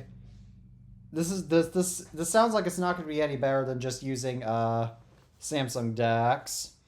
Yeah, as far as I know, this is basically just going to be Chrome OS again, just rebranded. Oh, and this time, there's a new frustrating feature added on top of it where you shake the mouse and you get AI shoved in your face. Which Microsoft already claims they're going back on, even though we all know what they probably won't. Yeah, they're claiming the next redesign of Windows is going to have a focus on stability and less getting rid of the AI crap. May get rid of the AI, but it won't be more stable. Speaking of AI crap... Shall I move on to our next topic? Yeah, let's get into this, because this actually affected my mom. So Chrome is silently installing 4 GB AI models onto computers without users' consent. If the user deletes it, it is automatically reinstalled. Google stated in defense the model will automatically uninstall if the device is low on resources. That the model can be manually uninstalled. In that on-device AI model makes AI interactions better, which reminds me I should probably get rid of Chrome on my computer because I never use it these days. Download Firefox. I have Fire. On my Mac I still have it, but so move to trash. Yeah, this actually ended up affecting my mom in a bad way. She was her school issues Windows PC laptops. Oh, guess how much they cost? dirt cheap, and so that probably means they don't got crap for memory, which I find genuinely confusing given that the majority of what schools do is web browser based, and since they all seem to be using Chrome, why do they not get more memory for those many Chrome tabs that teachers have open? But that's a discussion for later. Yeah, I actually don't know the memory specs of my mom's laptop, but given how slow that thing runs, I wouldn't be surprised if it has like 8 gigs of memory. And because Windows... And of course, there's now a lot of laptop manufacturers are having to go back to 8. Yeah, and because Windows... I'd say Windows... It's on the worst end, which... Oh yeah, her laptop is a Dell laptop. So Dell laptops typically use about... Before the AI BS came in, before Copilot came in, Dell laptops would use roughly 4 gigs of memory at idle, which is high for Windows idling RAM usage, but somehow Dell laptops seem to use double the amount of memory at idle compared to any other laptop in particular. So this was before the Copilot crap came in. Once Copilot came in, you got now your idle RAM usage is close to like 10 gigs at idle, as crazy stupid as that is. So if you're running any Windows laptop with 8 gigs of memory with Copilot on it, yeah, I can understand why you're having such a terrible experience with that thing. And now Chrome. This is a 4 gigabyte AI model. Yeah, guess what needs to get loaded into RAM for Chrome to use that then? There's no memory. No, it's taking 4 gigabytes of storage. Well, when you go to use it, you need to pull it out of storage and process it. Oh yeah, when you use Chrome. And of course, lots of teachers have so many Chrome tabs open. There's no way the school-issued laptop is going to work for her now. Luckily at my school, the teachers now have MacBook Airs. Yeah, that's convenient. But, yeah, the point is, I had my mom complain to me, my laptop feels like it's 20 years old. Why is it not loading a simple web page like this? And I could not explain it. I asked her the basics that I know with Windows. Is there an update pending? Because as stupid as it is, Windows will slow itself down if there's an update even pending. Even if as long as an update exists, it will slow itself down. So, okay, we check for that. We check for BIOS updates. We check for... nope, it's an integrated GPU, so we didn't need to check for that. Microsoft Store updates. We checked for every single possible update we could, and it was still running as slow as whale snot. We couldn't figure out why. Finally, we closed Chrome, and that fixed the issue. Until she opened it right back up, and things started loading slowly again. Does she still use Chrome now? I don't know. She was using Chrome because that's what the school uses. That's what the teachers use in general. They use a lot of Google Surfaces, so I'm not surprised that Chrome is one of the top ones. But I've told her that I don't use Chrome. I don't use Edge. I'm one of the weird freaks that still use Firefox. And so far with Firefox, I have not really had to deal with any of the crap that comes from Chrome when it comes to memory usage or the AI crap. Oh, and also 4 gigabytes of storage is a significant amount of storage as well.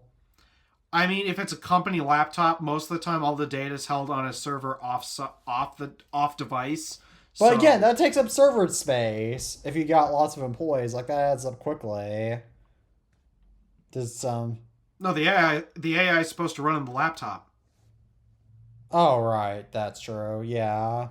Yeah, so on one hand, yes, it is taking up storage on the device, But it's not like the teachers store a lot of information on the device to begin with. Yeah. Because I mean, it's like more online. for other people, but yeah. No, for someone like me, that would be a massive problem. As I'm always trying to edit videos on a 1 terabyte drive, and somehow I still run into storage limitations doing that. Which is really... Luckily, I never had that issue. Running. So... I'm a 1 terabyte left. Do you have anything more to say about this, or shall I move on to the next Capacha update? Yeah, it's time. It's time to move on from. Because we got less than an hour. Yep. Okay, what's this? New Capacha mandates users to prove being human. You sure it's not reCAPTCHA? Yeah, that. It's that. Okay. All right. So it mandates users to prove being human via scanning QR code on iOS and Android phones. Android phones must have Google Play services. Okay. So basically, like the de-Googled Androids, like they won't work with this. Mm-hmm. So that's not the majority of people. Google can now track you with this, even if you do not use their services.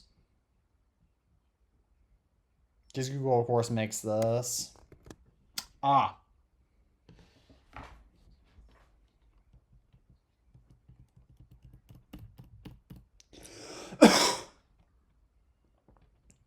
I mean, it doesn't sound good, but it's like, what is there to comment? Yeah. I mean, I use Google services anyway, so it's not like it's that big of a deal. And it's also easier. And personally, I find the QR code is easier to scan than like those stupid CAPTCHAs things. Yeah, I mean, come to think of it, I really don't use Google services that much other than YouTube and Gmail. Yes, and then for any public documents that I have, like the cardboard for the Drive channel, that's a Google Sheet with a Google Doc attached to it explaining how it works. I use Google services at my school, and then I use YouTube. That's about it, though. Yeah, other than that, I really don't touch Google that much. Most of my stuff has moved to Apple. Because I use the iWork suite, I use iCloud. My personal email address is even iCloud now. Yeah. I mean, mine's not. Mine's still the Gmail, but...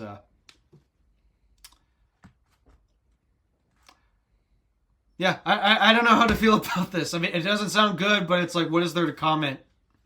Exactly. Shall we move on to our next topic that's also among the same advantages that Samsung is no longer selling TVs or home appliances in China because Chinese competition just managed to sweep the Chinese market. Yeah. I mean, China and Korea also really don't like each other now, so that's not too surprising. Well, which Korea are we talking about here? Because one Korea really loves China, actually. South Korea. Yeah, I know what you were talking about. The Korea that actually contributes to the world economy. Yes. The Korea where you can actually see lights on from space. The Korea that doesn't starve its population and forces you to worship Fat Man at his... He is fat. He is... He actually broke his bones because of his weight at one point.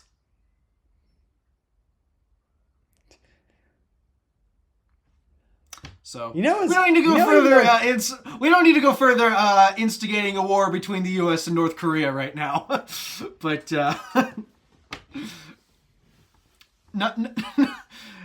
nonetheless, though, dude, China's got so much.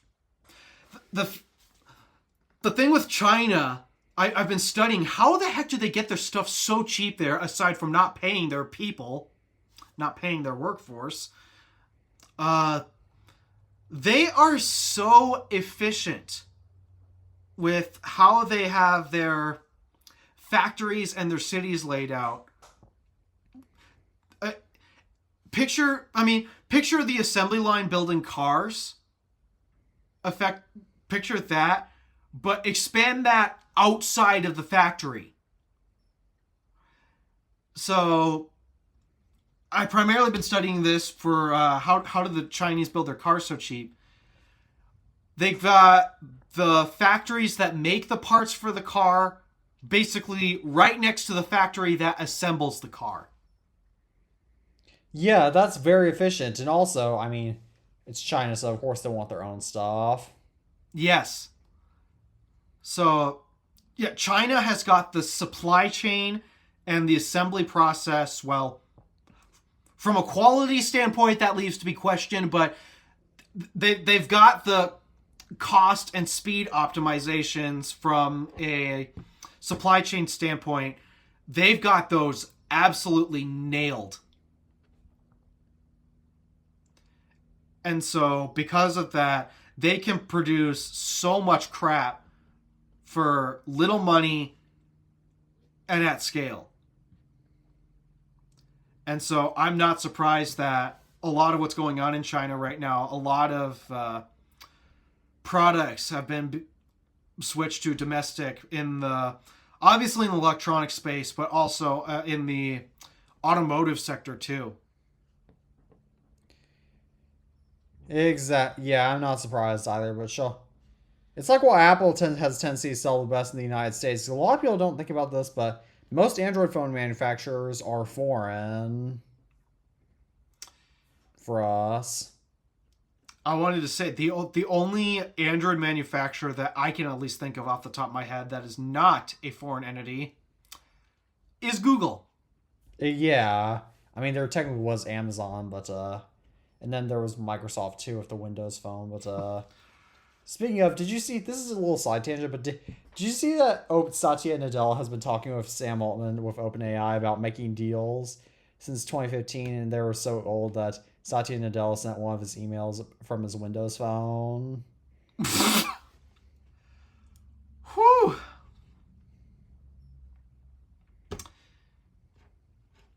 Well, that explains part of the problem with Windows. Yes. It's been going... Even back in 2015, they were still discussing fake intelligence. Yes, before Windows 10 launched in 2015 as well, back when it was still in beta, but...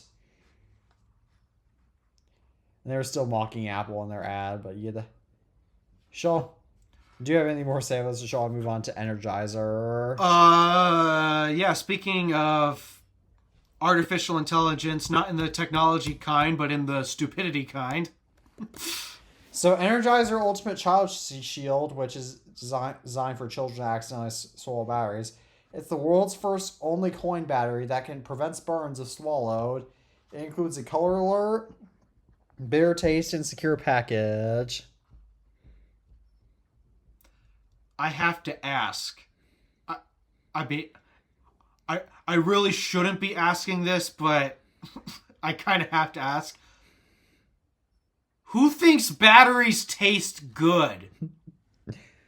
Also, I mean, the metal parts might be good. No, that's aside. When I was a little kid, I liked to put chargers in my mouth, and Tabby liked to put the Wii connector pins in his mouth, but we never ate them or swallowed them. Okay, I never even did that as a kid. Granted, I'm older than you, but I'm not that much older than you.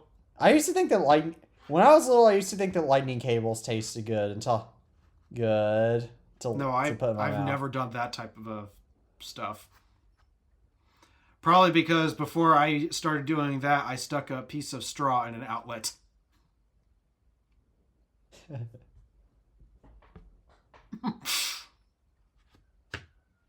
So I figured it would do the same if I did anything else with cables like that. Was it like hay straw? Yeah. Oh no, I think I know exactly what would happen. What happened? No fire. No fire. You shorted out. Yep. Did you get in trouble? I think I got away with it. Yeah, I think I got away with it.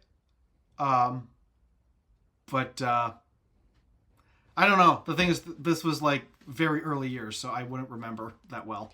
I remember back when I was putting the lightning cable in my mouth, and I remember for my iPad Mini 1, I remember mom looking up how to clean iPhone charger on her laptop, and I remember mom telling me like, if you put it in your mouth again, we're gonna have to get a new charger. That was like only a very brief phase though. Yeah. So, But I mean, to be fair though, I mean, you should probably also put your batteries high enough up when where little kids can't reach them. or hide them so they can't find them. Yeah, I would say.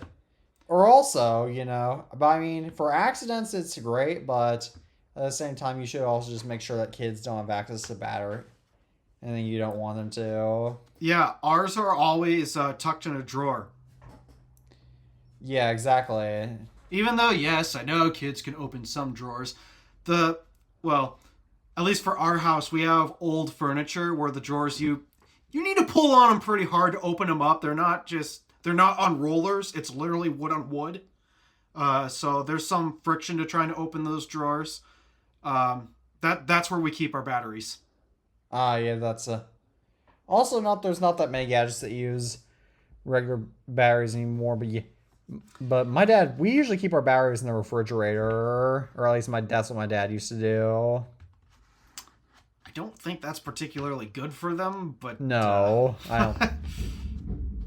But there's a motorcycle starting up across the street from my house, by the way. Well, that noise isolation thing is doing pretty good. Oh, I don't have that on now. Oh. I went back to standard. Oh. Well, I didn't even hear it. So. Yeah, it's pretty... Yeah, I can obviously hear, but I mean, yeah, I don't... But yeah, the way we handle batteries, the new ones are kept in a wood-on-wood drawer that's high friction, even though we're not doing it solely just to prevent little kids from accessing them. We're doing it just because that's the spot we've chosen. Well, I mean, old batteries are stored in a bucket in the garage. I mean, to be fair, though, you also don't have that many little... I mean... To be fair, like, you also don't have kids that are, like, that little at your house anymore. Well, we used to at one point. Yeah. I mean, unless you have, like, little cousins that come over or something. Nope, my sister would be the youngest of the cousin group. So it'll be good for when somebody has kids. You're assuming that I'm going to be able to get married. That's looking less and less likely as I get older. But that's for a different conversation. But I mean, yeah, on one hand, parents should be doing a better job at storing batteries in a location not accessible to their young kids. But there's some parents that don't know any better. Sadly, that's becoming the reality. And because intelligence is passed on, and because IQ levels are passed on from generation to generation, it means that their kids are probably also the same, gonna do stupid stuff like that too. Yeah. Like that mom you were talking about who crashed into your aunt's car, and she was worried about her kids were not passing a certain grade. Yep. Oh, the car got totaled, by the way. Which sucks, because that car was only like a year old. Ooh. It was a new... she treated herself when she bought that car, because before then she was driving like an early 2000s Honda CR-V. And so last year, it's either last year or the year before, she bought a brand new CR-V. And... yeah, it got totaled from the accident. Oh. Which I found out from her, that was her first ever car accident, despite being in her... I think she's in her 70s. Oh. So, yeah, she did over 60 years accident-free. And that was her first one. Wasn't even her fault. Not even her fault. So, yeah, that's what happened to that car. But, yeah, if anyone needs any pointers, don't keep your batteries just out in the open. And when you dispose of them, do not throw them in the trash. I do. They do... Bad idea to throw batteries in the trash. I do in the outside. That's why I take them in the outside trash cans. They don't even go there. They need to be recycled. Recycling plants are such scams, but that's aside. Shall I move on to Not our with next batteries. Not with batteries. All right, shall I move on to our next topic?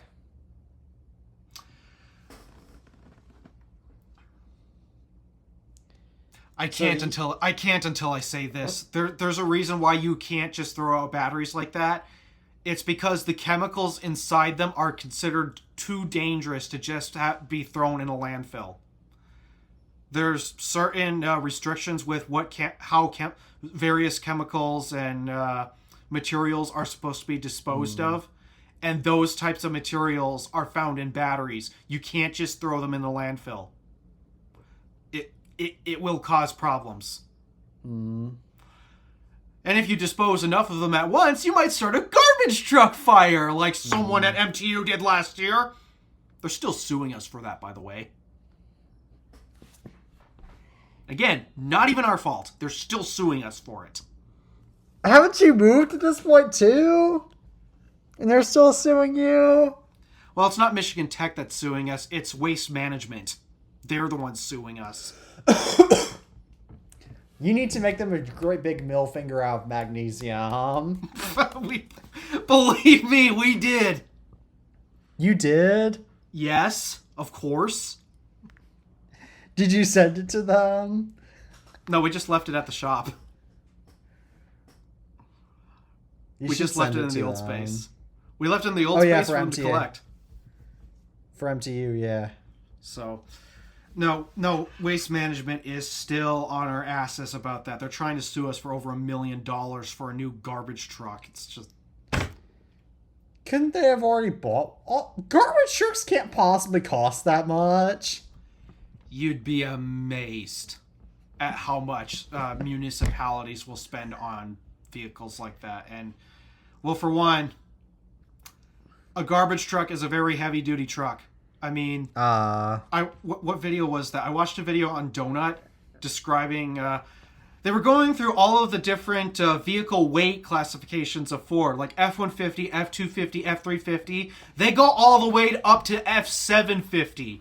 Why did they go all the way up to F-750? Because guess which vehicle weight classification is required in order to be able to run a garbage truck? 750. Yup. And it's because garbage is not light. And the machinery required to fit as much garbage as possible, the compactor itself, that's also not light. It is a very heavy contraption. And then the lifts that are required to lift the dumpsters, it's a lot of weight you need. It's a lot of equipment, and it's not cheap.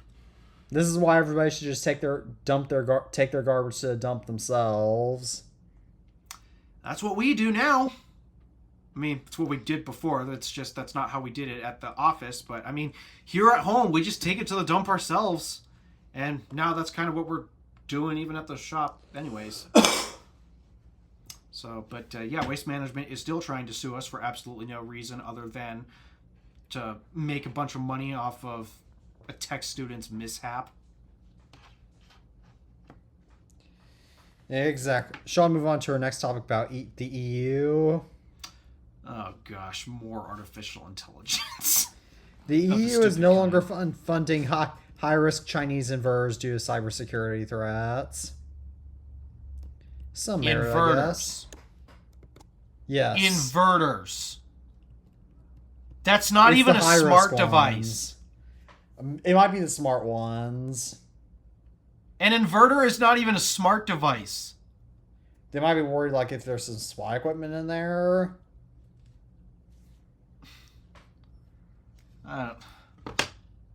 Do I still have it up here, or do I have...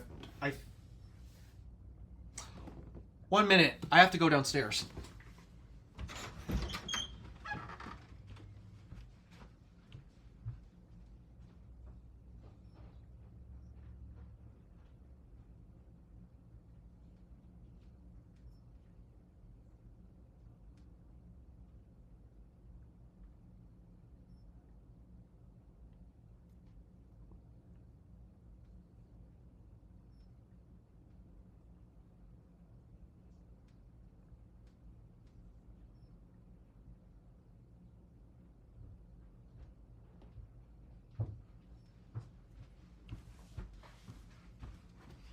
All right.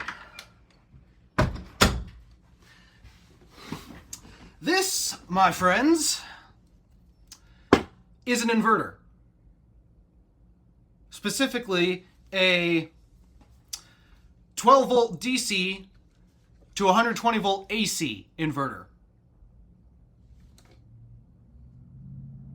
It's not a smart device. All an inverter does is it takes DC current and turns it into AC current. That's it. They better just assemble these inverters to prove that there's a risk. Oh my goodness. Shall we move on to our next subject? Sure. Color LiDAR is now possible. Color LiDAR. Yes. And the applications for its use is... Obviously full self-driving, because that's the future. I'm joking. LiDAR isn't even for detecting color. That's not what LiDAR's for. That's not what LiDAR functions as. Artificial intelligence, ladies and gentlemen. Clearly. Yeah, LiDAR is used for measuring distance. And even then, it doesn't use it by taking an image and guesstimating, like how the iPhone's Measure app does things. That I don't get it. I just don't get it. So Shall we move on to our next topic? Rumor territory. What's this? iOS 27 is rumored to have an updated Safari start page with four tabs on top to switch between favorites, hit bookmarks, reading list, and history. Okay, I guess. New conditions panel and weather for switching between temperature, rain, wind. Okay, I guess. Wall app will get a new create pass feature for passes that do not support the wall app. Okay, I guess.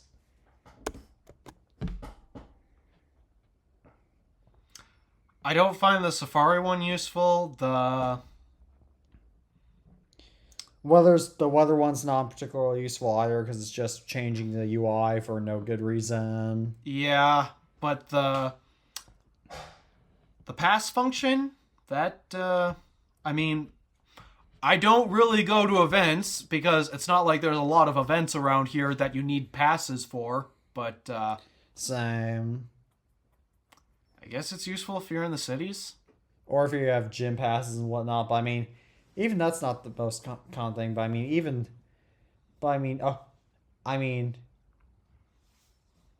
yeah, I don't know what, because it's not gonna make Walmart accept Apple Pay in the United States. Oh, I wish. I really do. If I go to Canada, one of the things I will do, I will make an entire YouTube video showcasing how Apple Pay works in at Walmart in Canada. You did go to Canada. Yeah, I'm like, if I ever go to Canada outside of an airport. One of these days, I need to take a road trip through Canada.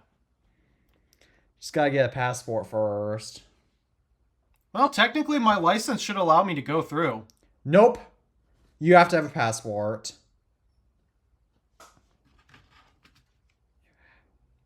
Did the U.S. and Canada abolish that agreement?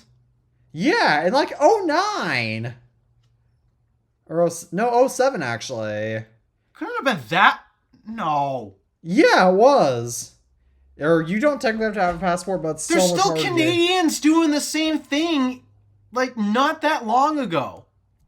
You have to have a passport for U.S. citizens and Canadian. They did that after 9/11. Yeah, you have to. You basically you have to have a passport now. I don't know. Yeah, I mean, there. I told you this like a year ago. I have technically visited the country for 10 minutes without a passport, but that was under a tour. It wasn't to actually visit the country. It's just they happened to have been en route through the waterways. But nonetheless, that's not important. What's this? We got a couple more rumors left to discuss. The iPhone 18 Pro colors. Ooh, colors have leaked. Dark red. That sounds appealing, actually. Light hopefully blue. It won't turn pink. Oh yeah, like the orange. So yeah, dark red, light blue, dark gray, and a white. I mean, red fades most, so it'd be interesting to see how that ages. But I mean, hopefully the paint just won't fade. I mean, I wish it would dark black instead of dark gray, but I mean, realistically, the people who buy black phones, they immediately case them. I really don't see black phones naked ever. That's true. Have I ever told you that AT&T tried to sell me a black phone at one point? What black phone? The 16 Pro Max. Ah, yes. Black actually looks pretty cool in that. Like, if I got a 16 Pro, it would either be that or else the Desert Titanium. Maybe the white, but oh boy, that Desert Titanium. I found it really bizarre how they decided to ask my dad what color he wanted his Galaxy S25 in, and yet they didn't even bother to ask me. They just handed me a black 16 Pro Max. Yeah, now granted, when I bought my iPhone 14 Pro at the AT&T store, which, hang on, let me grab it. When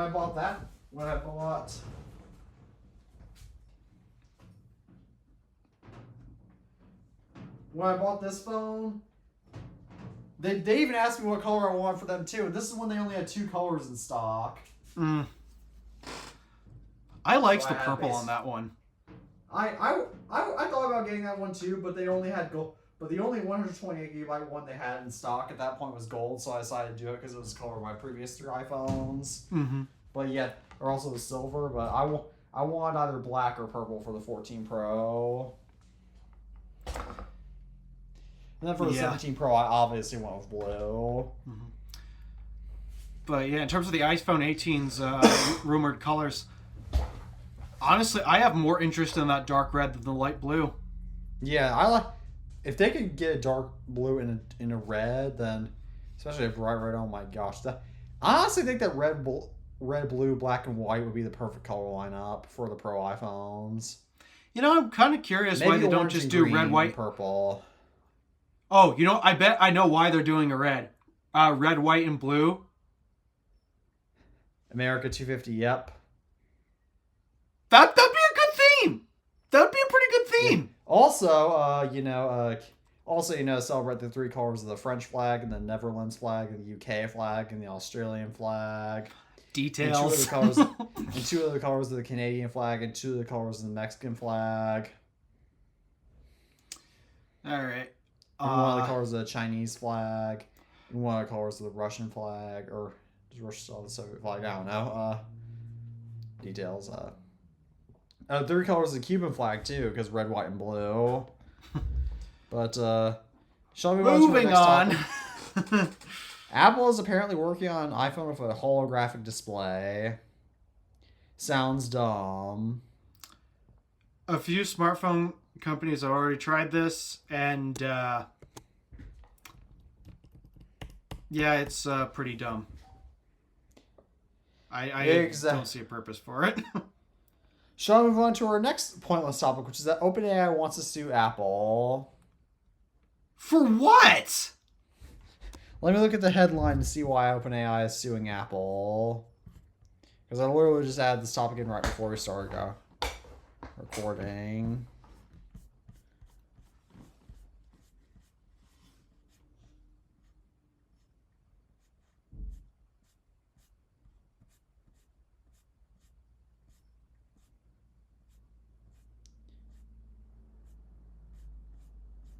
Where is it? Come on, show me. Because if OpenAI wants to sue Apple for no reason, then I personally think it should be the other way around.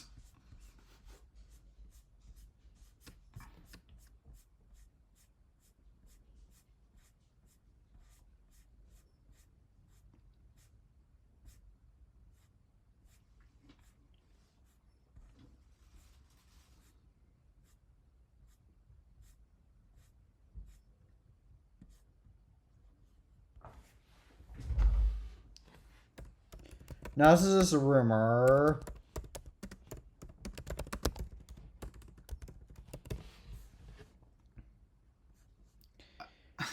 It's due to a strained relationship. It's about how Apple has not sufficiently advertised the integration of ChatGPT into iOS. Really? Yes. Because if you ask me, I think they advertised it enough. Yes. So... OpenAI is just desperate for money at this point. Oh, clearly. The thing is, though, I think they're just going to lose more money because whatever claim this... Oh, it's not being advertised enough. I call BS on that. Also, Apple's already getting sued for advertising Apple Intelligence anyway. Yeah, they had Apple's at least already 2 lawsuits. Yeah, they're getting sued for over advertising it and not advertising it enough at this. Okay, pick one. It's one or the other. No, I think what's going to end up happening is OpenAI is thinking, oh, we're going to sue the world's biggest company, and we're the little guys, so that means we're likely to win, only to find that this claim is based on absolutely nothing, and who's got to pay all the legal and attorney fees? OpenAI. Yup. So, and also... they're only making it worse for themselves. And the courts are probably going to take note that Apple's already getting sued for this anyway. Yeah, I see no damage. I see no damage as OpenAI. In fact, you should be grateful that Apple is not advertising your integration enough, given the current state of Apple Intelligence as it is.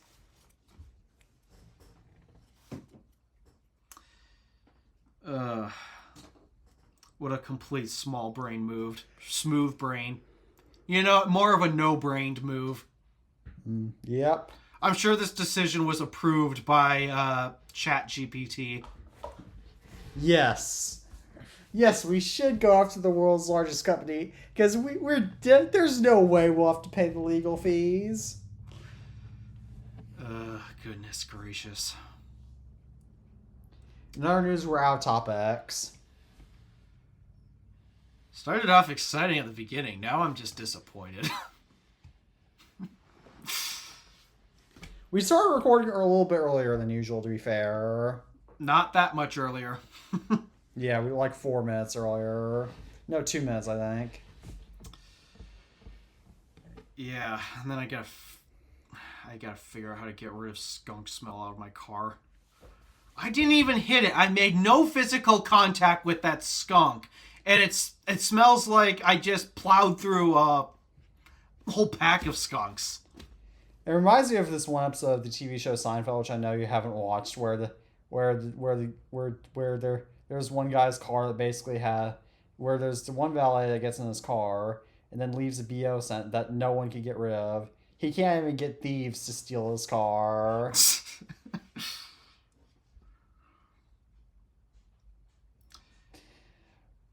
I mean, if worse comes to worse, you could try to get thieves to steal your car. Not happening. Yeah, that's not happening. Yeah, they'll probably think it smells too bad.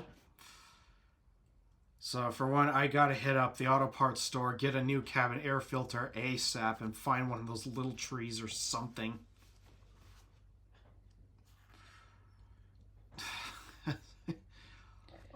Sounds like you have work ahead of you. I'm probably going to have to take the GMC, and I don't want to, because that thing is not particularly fuel efficient.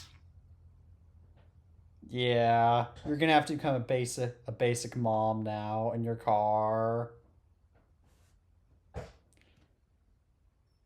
Which, hey, maybe the women will look at you and this. So, oh my gosh, he's driving the best car in the world. He's driving a proper, sensible car. Maybe we should Maybe we should date him. Yeah, a car that's rusted out and came with sport exhaust.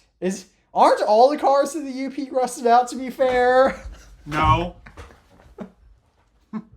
Not Oh, all they're of not. them. Not all of them. Good, because But a significant portion. Yeah. Yeah, typically once a vehicle starts hitting 10 years old, that's when rust really starts showing. I'm joking, obviously, about your ability to get women at the GMC. In the GMC, I wouldn't try that with any car, especially a GMC. I should have bought that Mercedes convertible. I really should have. There is a Mercedes convertible for sale. My uncle has one at his house in Harbor Springs. He lives out in Colorado, so for the most part, the Mercedes just sits parked. So you're telling me we could be Mercedes brothers for like one more month? Or however long it'll be until I get rid of that Mercedes. Man, I've always loved Mercedes. Well, maybe you could buy my car. I'm kidding. You probably don't want it. It gets like 22 miles per gallon, which you laugh at. Yeah, that's about my fuel economy with the GMC.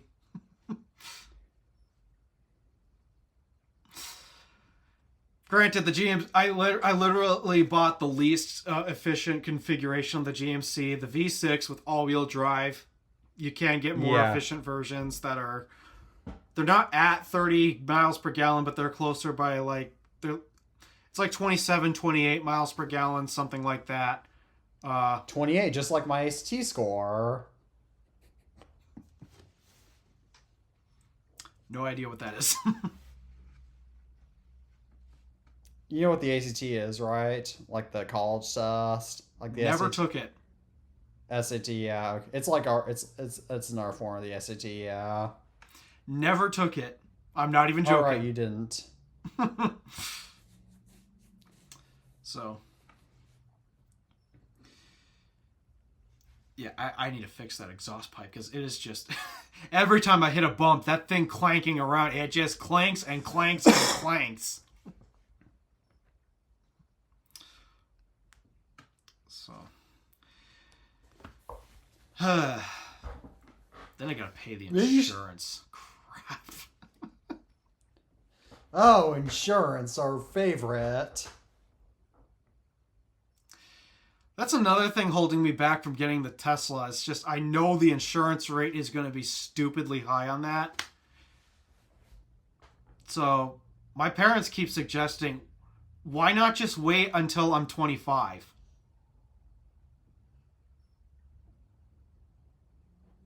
And the reason why is because when you turn 25, that's when insurance rates really start to become reasonable for younger people.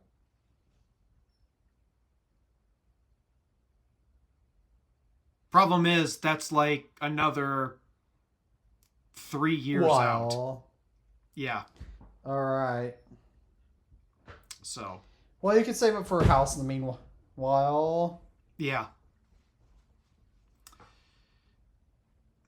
Yep, that's the goal so far. Don't know where, don't know what. Just trying to get out of this attic. At least you're planning on moving out of your parents' house. Dude, I always have been. The problem is they keep changing.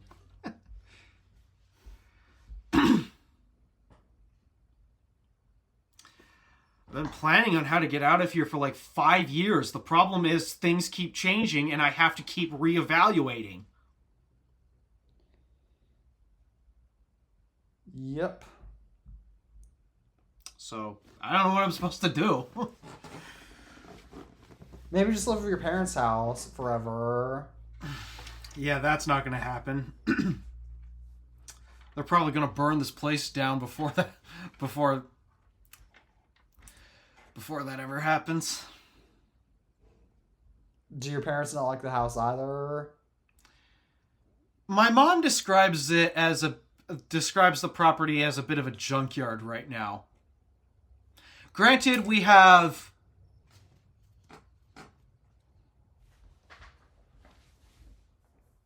8 vehicles currently in our driveway. As crazy as that sounds. Yes, 8 vehicles in our driveway. We got tires in the back from old winter tires and summer tires that are expired, but we never paid to get rid of. We've got a bunch of small engine, lawn and gardening equipment.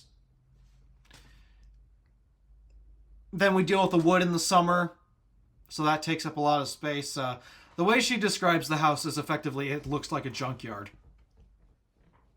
I think she's taking it a little extreme, but...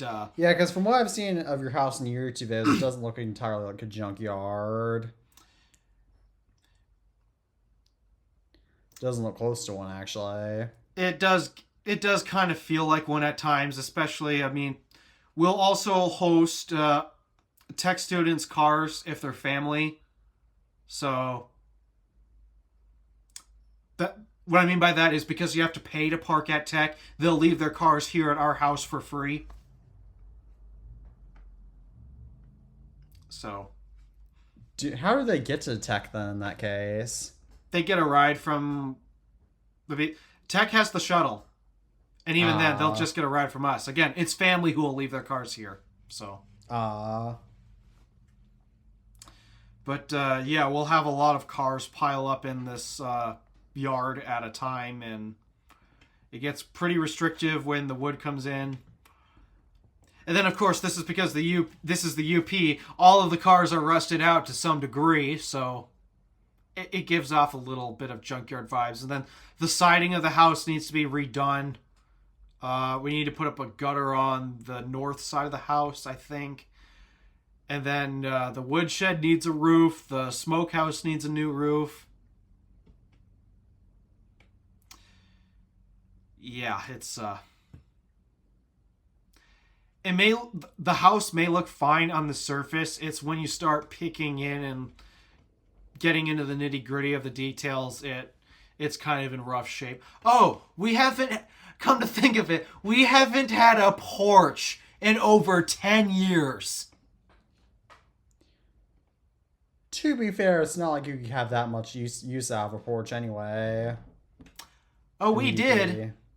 We did. They just wanted to redo it, and it got stuck in... it'll get finished when my dad gets to it.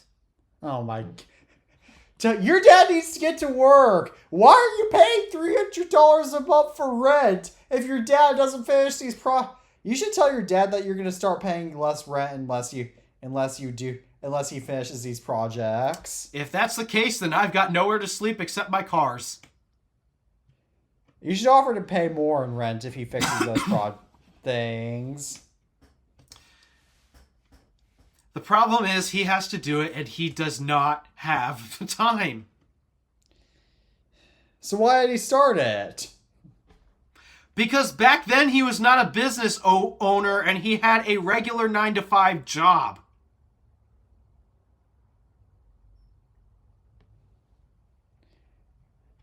Oh, but the situation's changed. I got that. Yeah, situation has dramatically changed since he started the porch job. And even then, the porch isn't the only thing that still needs to be finished. The room next to me, what's supposed to be the new laundry room, that was put up 5 years ago at this point, I think. That still needs to be done. The exterior of the addition's done, but the interior is not. The basement still needs to get its flooring finished. The kitchen still needs its trim.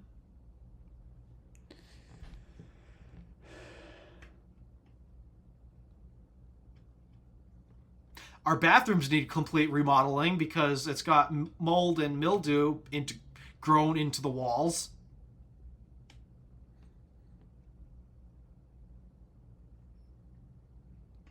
Sounds like quite a house. It is. Drives my mom absolutely nuts. She claims she doesn't have OCD, but judging by her behaviors, I really beg to differ.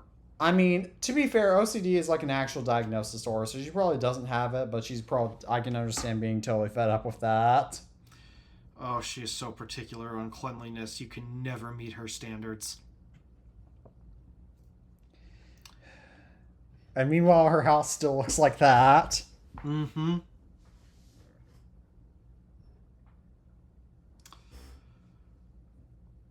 Yeah, she tried to pin the blame of the bathroom growing mold and mildew on me and my sister until we found out that the ventilation system hadn't been working properly, and as a result, the moisture was trapped in, and it didn't matter what you did. It didn't matter how short of a shower you took.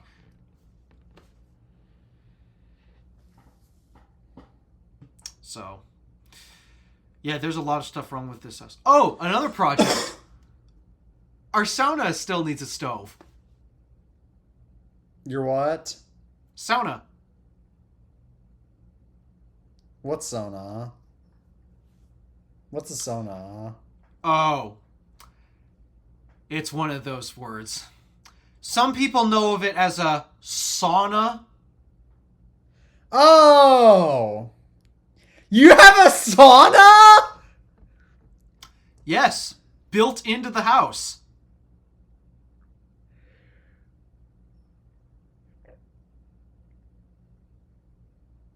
Your house is not a junkyard if it worked. Yeah, but the sauna doesn't have a stove. Have you ever been in it when it worked? Oh, it's never had one the entire time we were here. Does that room get used for anything right now? Right now, it's just storage. But I am dead serious. That room was purposely built to be a sauna.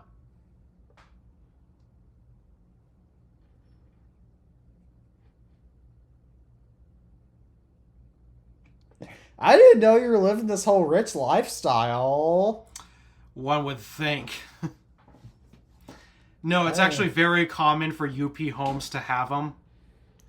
Oh, to help keep you warm during summer. Or, no, winter, excuse me. Yes, winter. No, yeah, it's a UP thing. A lot of homes will, even if they're not just built in, a lot of them will just have an outdoor sauna too. So, yeah, it's a Uper thing. Sounds fun. Well, I If it wouldn't know works. because we've never had one that worked. Yeah, my mom has always wanted to get a stove in there so she can take saunas in it. But, Things. out of curiosity, do you remember... it's been like 5 years since I've uploaded this video. Do you remember the series my sister and I did on the black sock? Yes. That room that she went into where the event happened, where the black sock was put on her foot, that room was the sauna. Okay, I don't remember that specific detail, but... Yep, in the basement of the house, you walk into the bathroom, past the shower is the door to the sauna.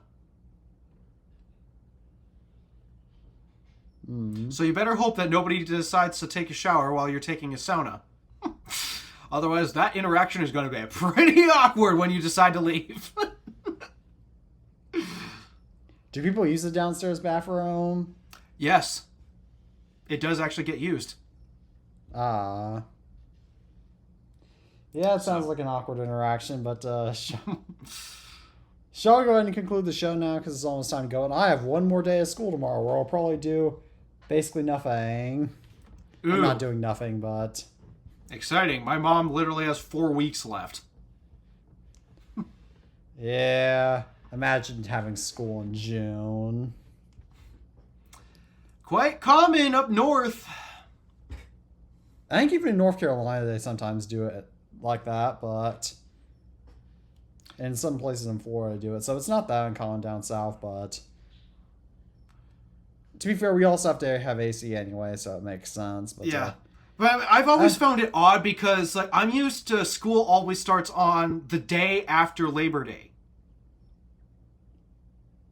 yeah, it's not standard for us. So that's what I'm used to. School up here always starts the day after Labor Day.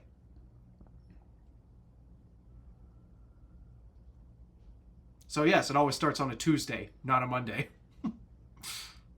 Yeah, we have weird school starting times. As always, thank you all for tuning into the episode of the iTunes Fan Podcast. As always, I'm Tate Macker from the iTunes Fanboy. And my name is Alpha DeWolf from the Random Alpha. As always, we're saying peace out for now, and we hope to see you all in the next episode. Take care, everyone.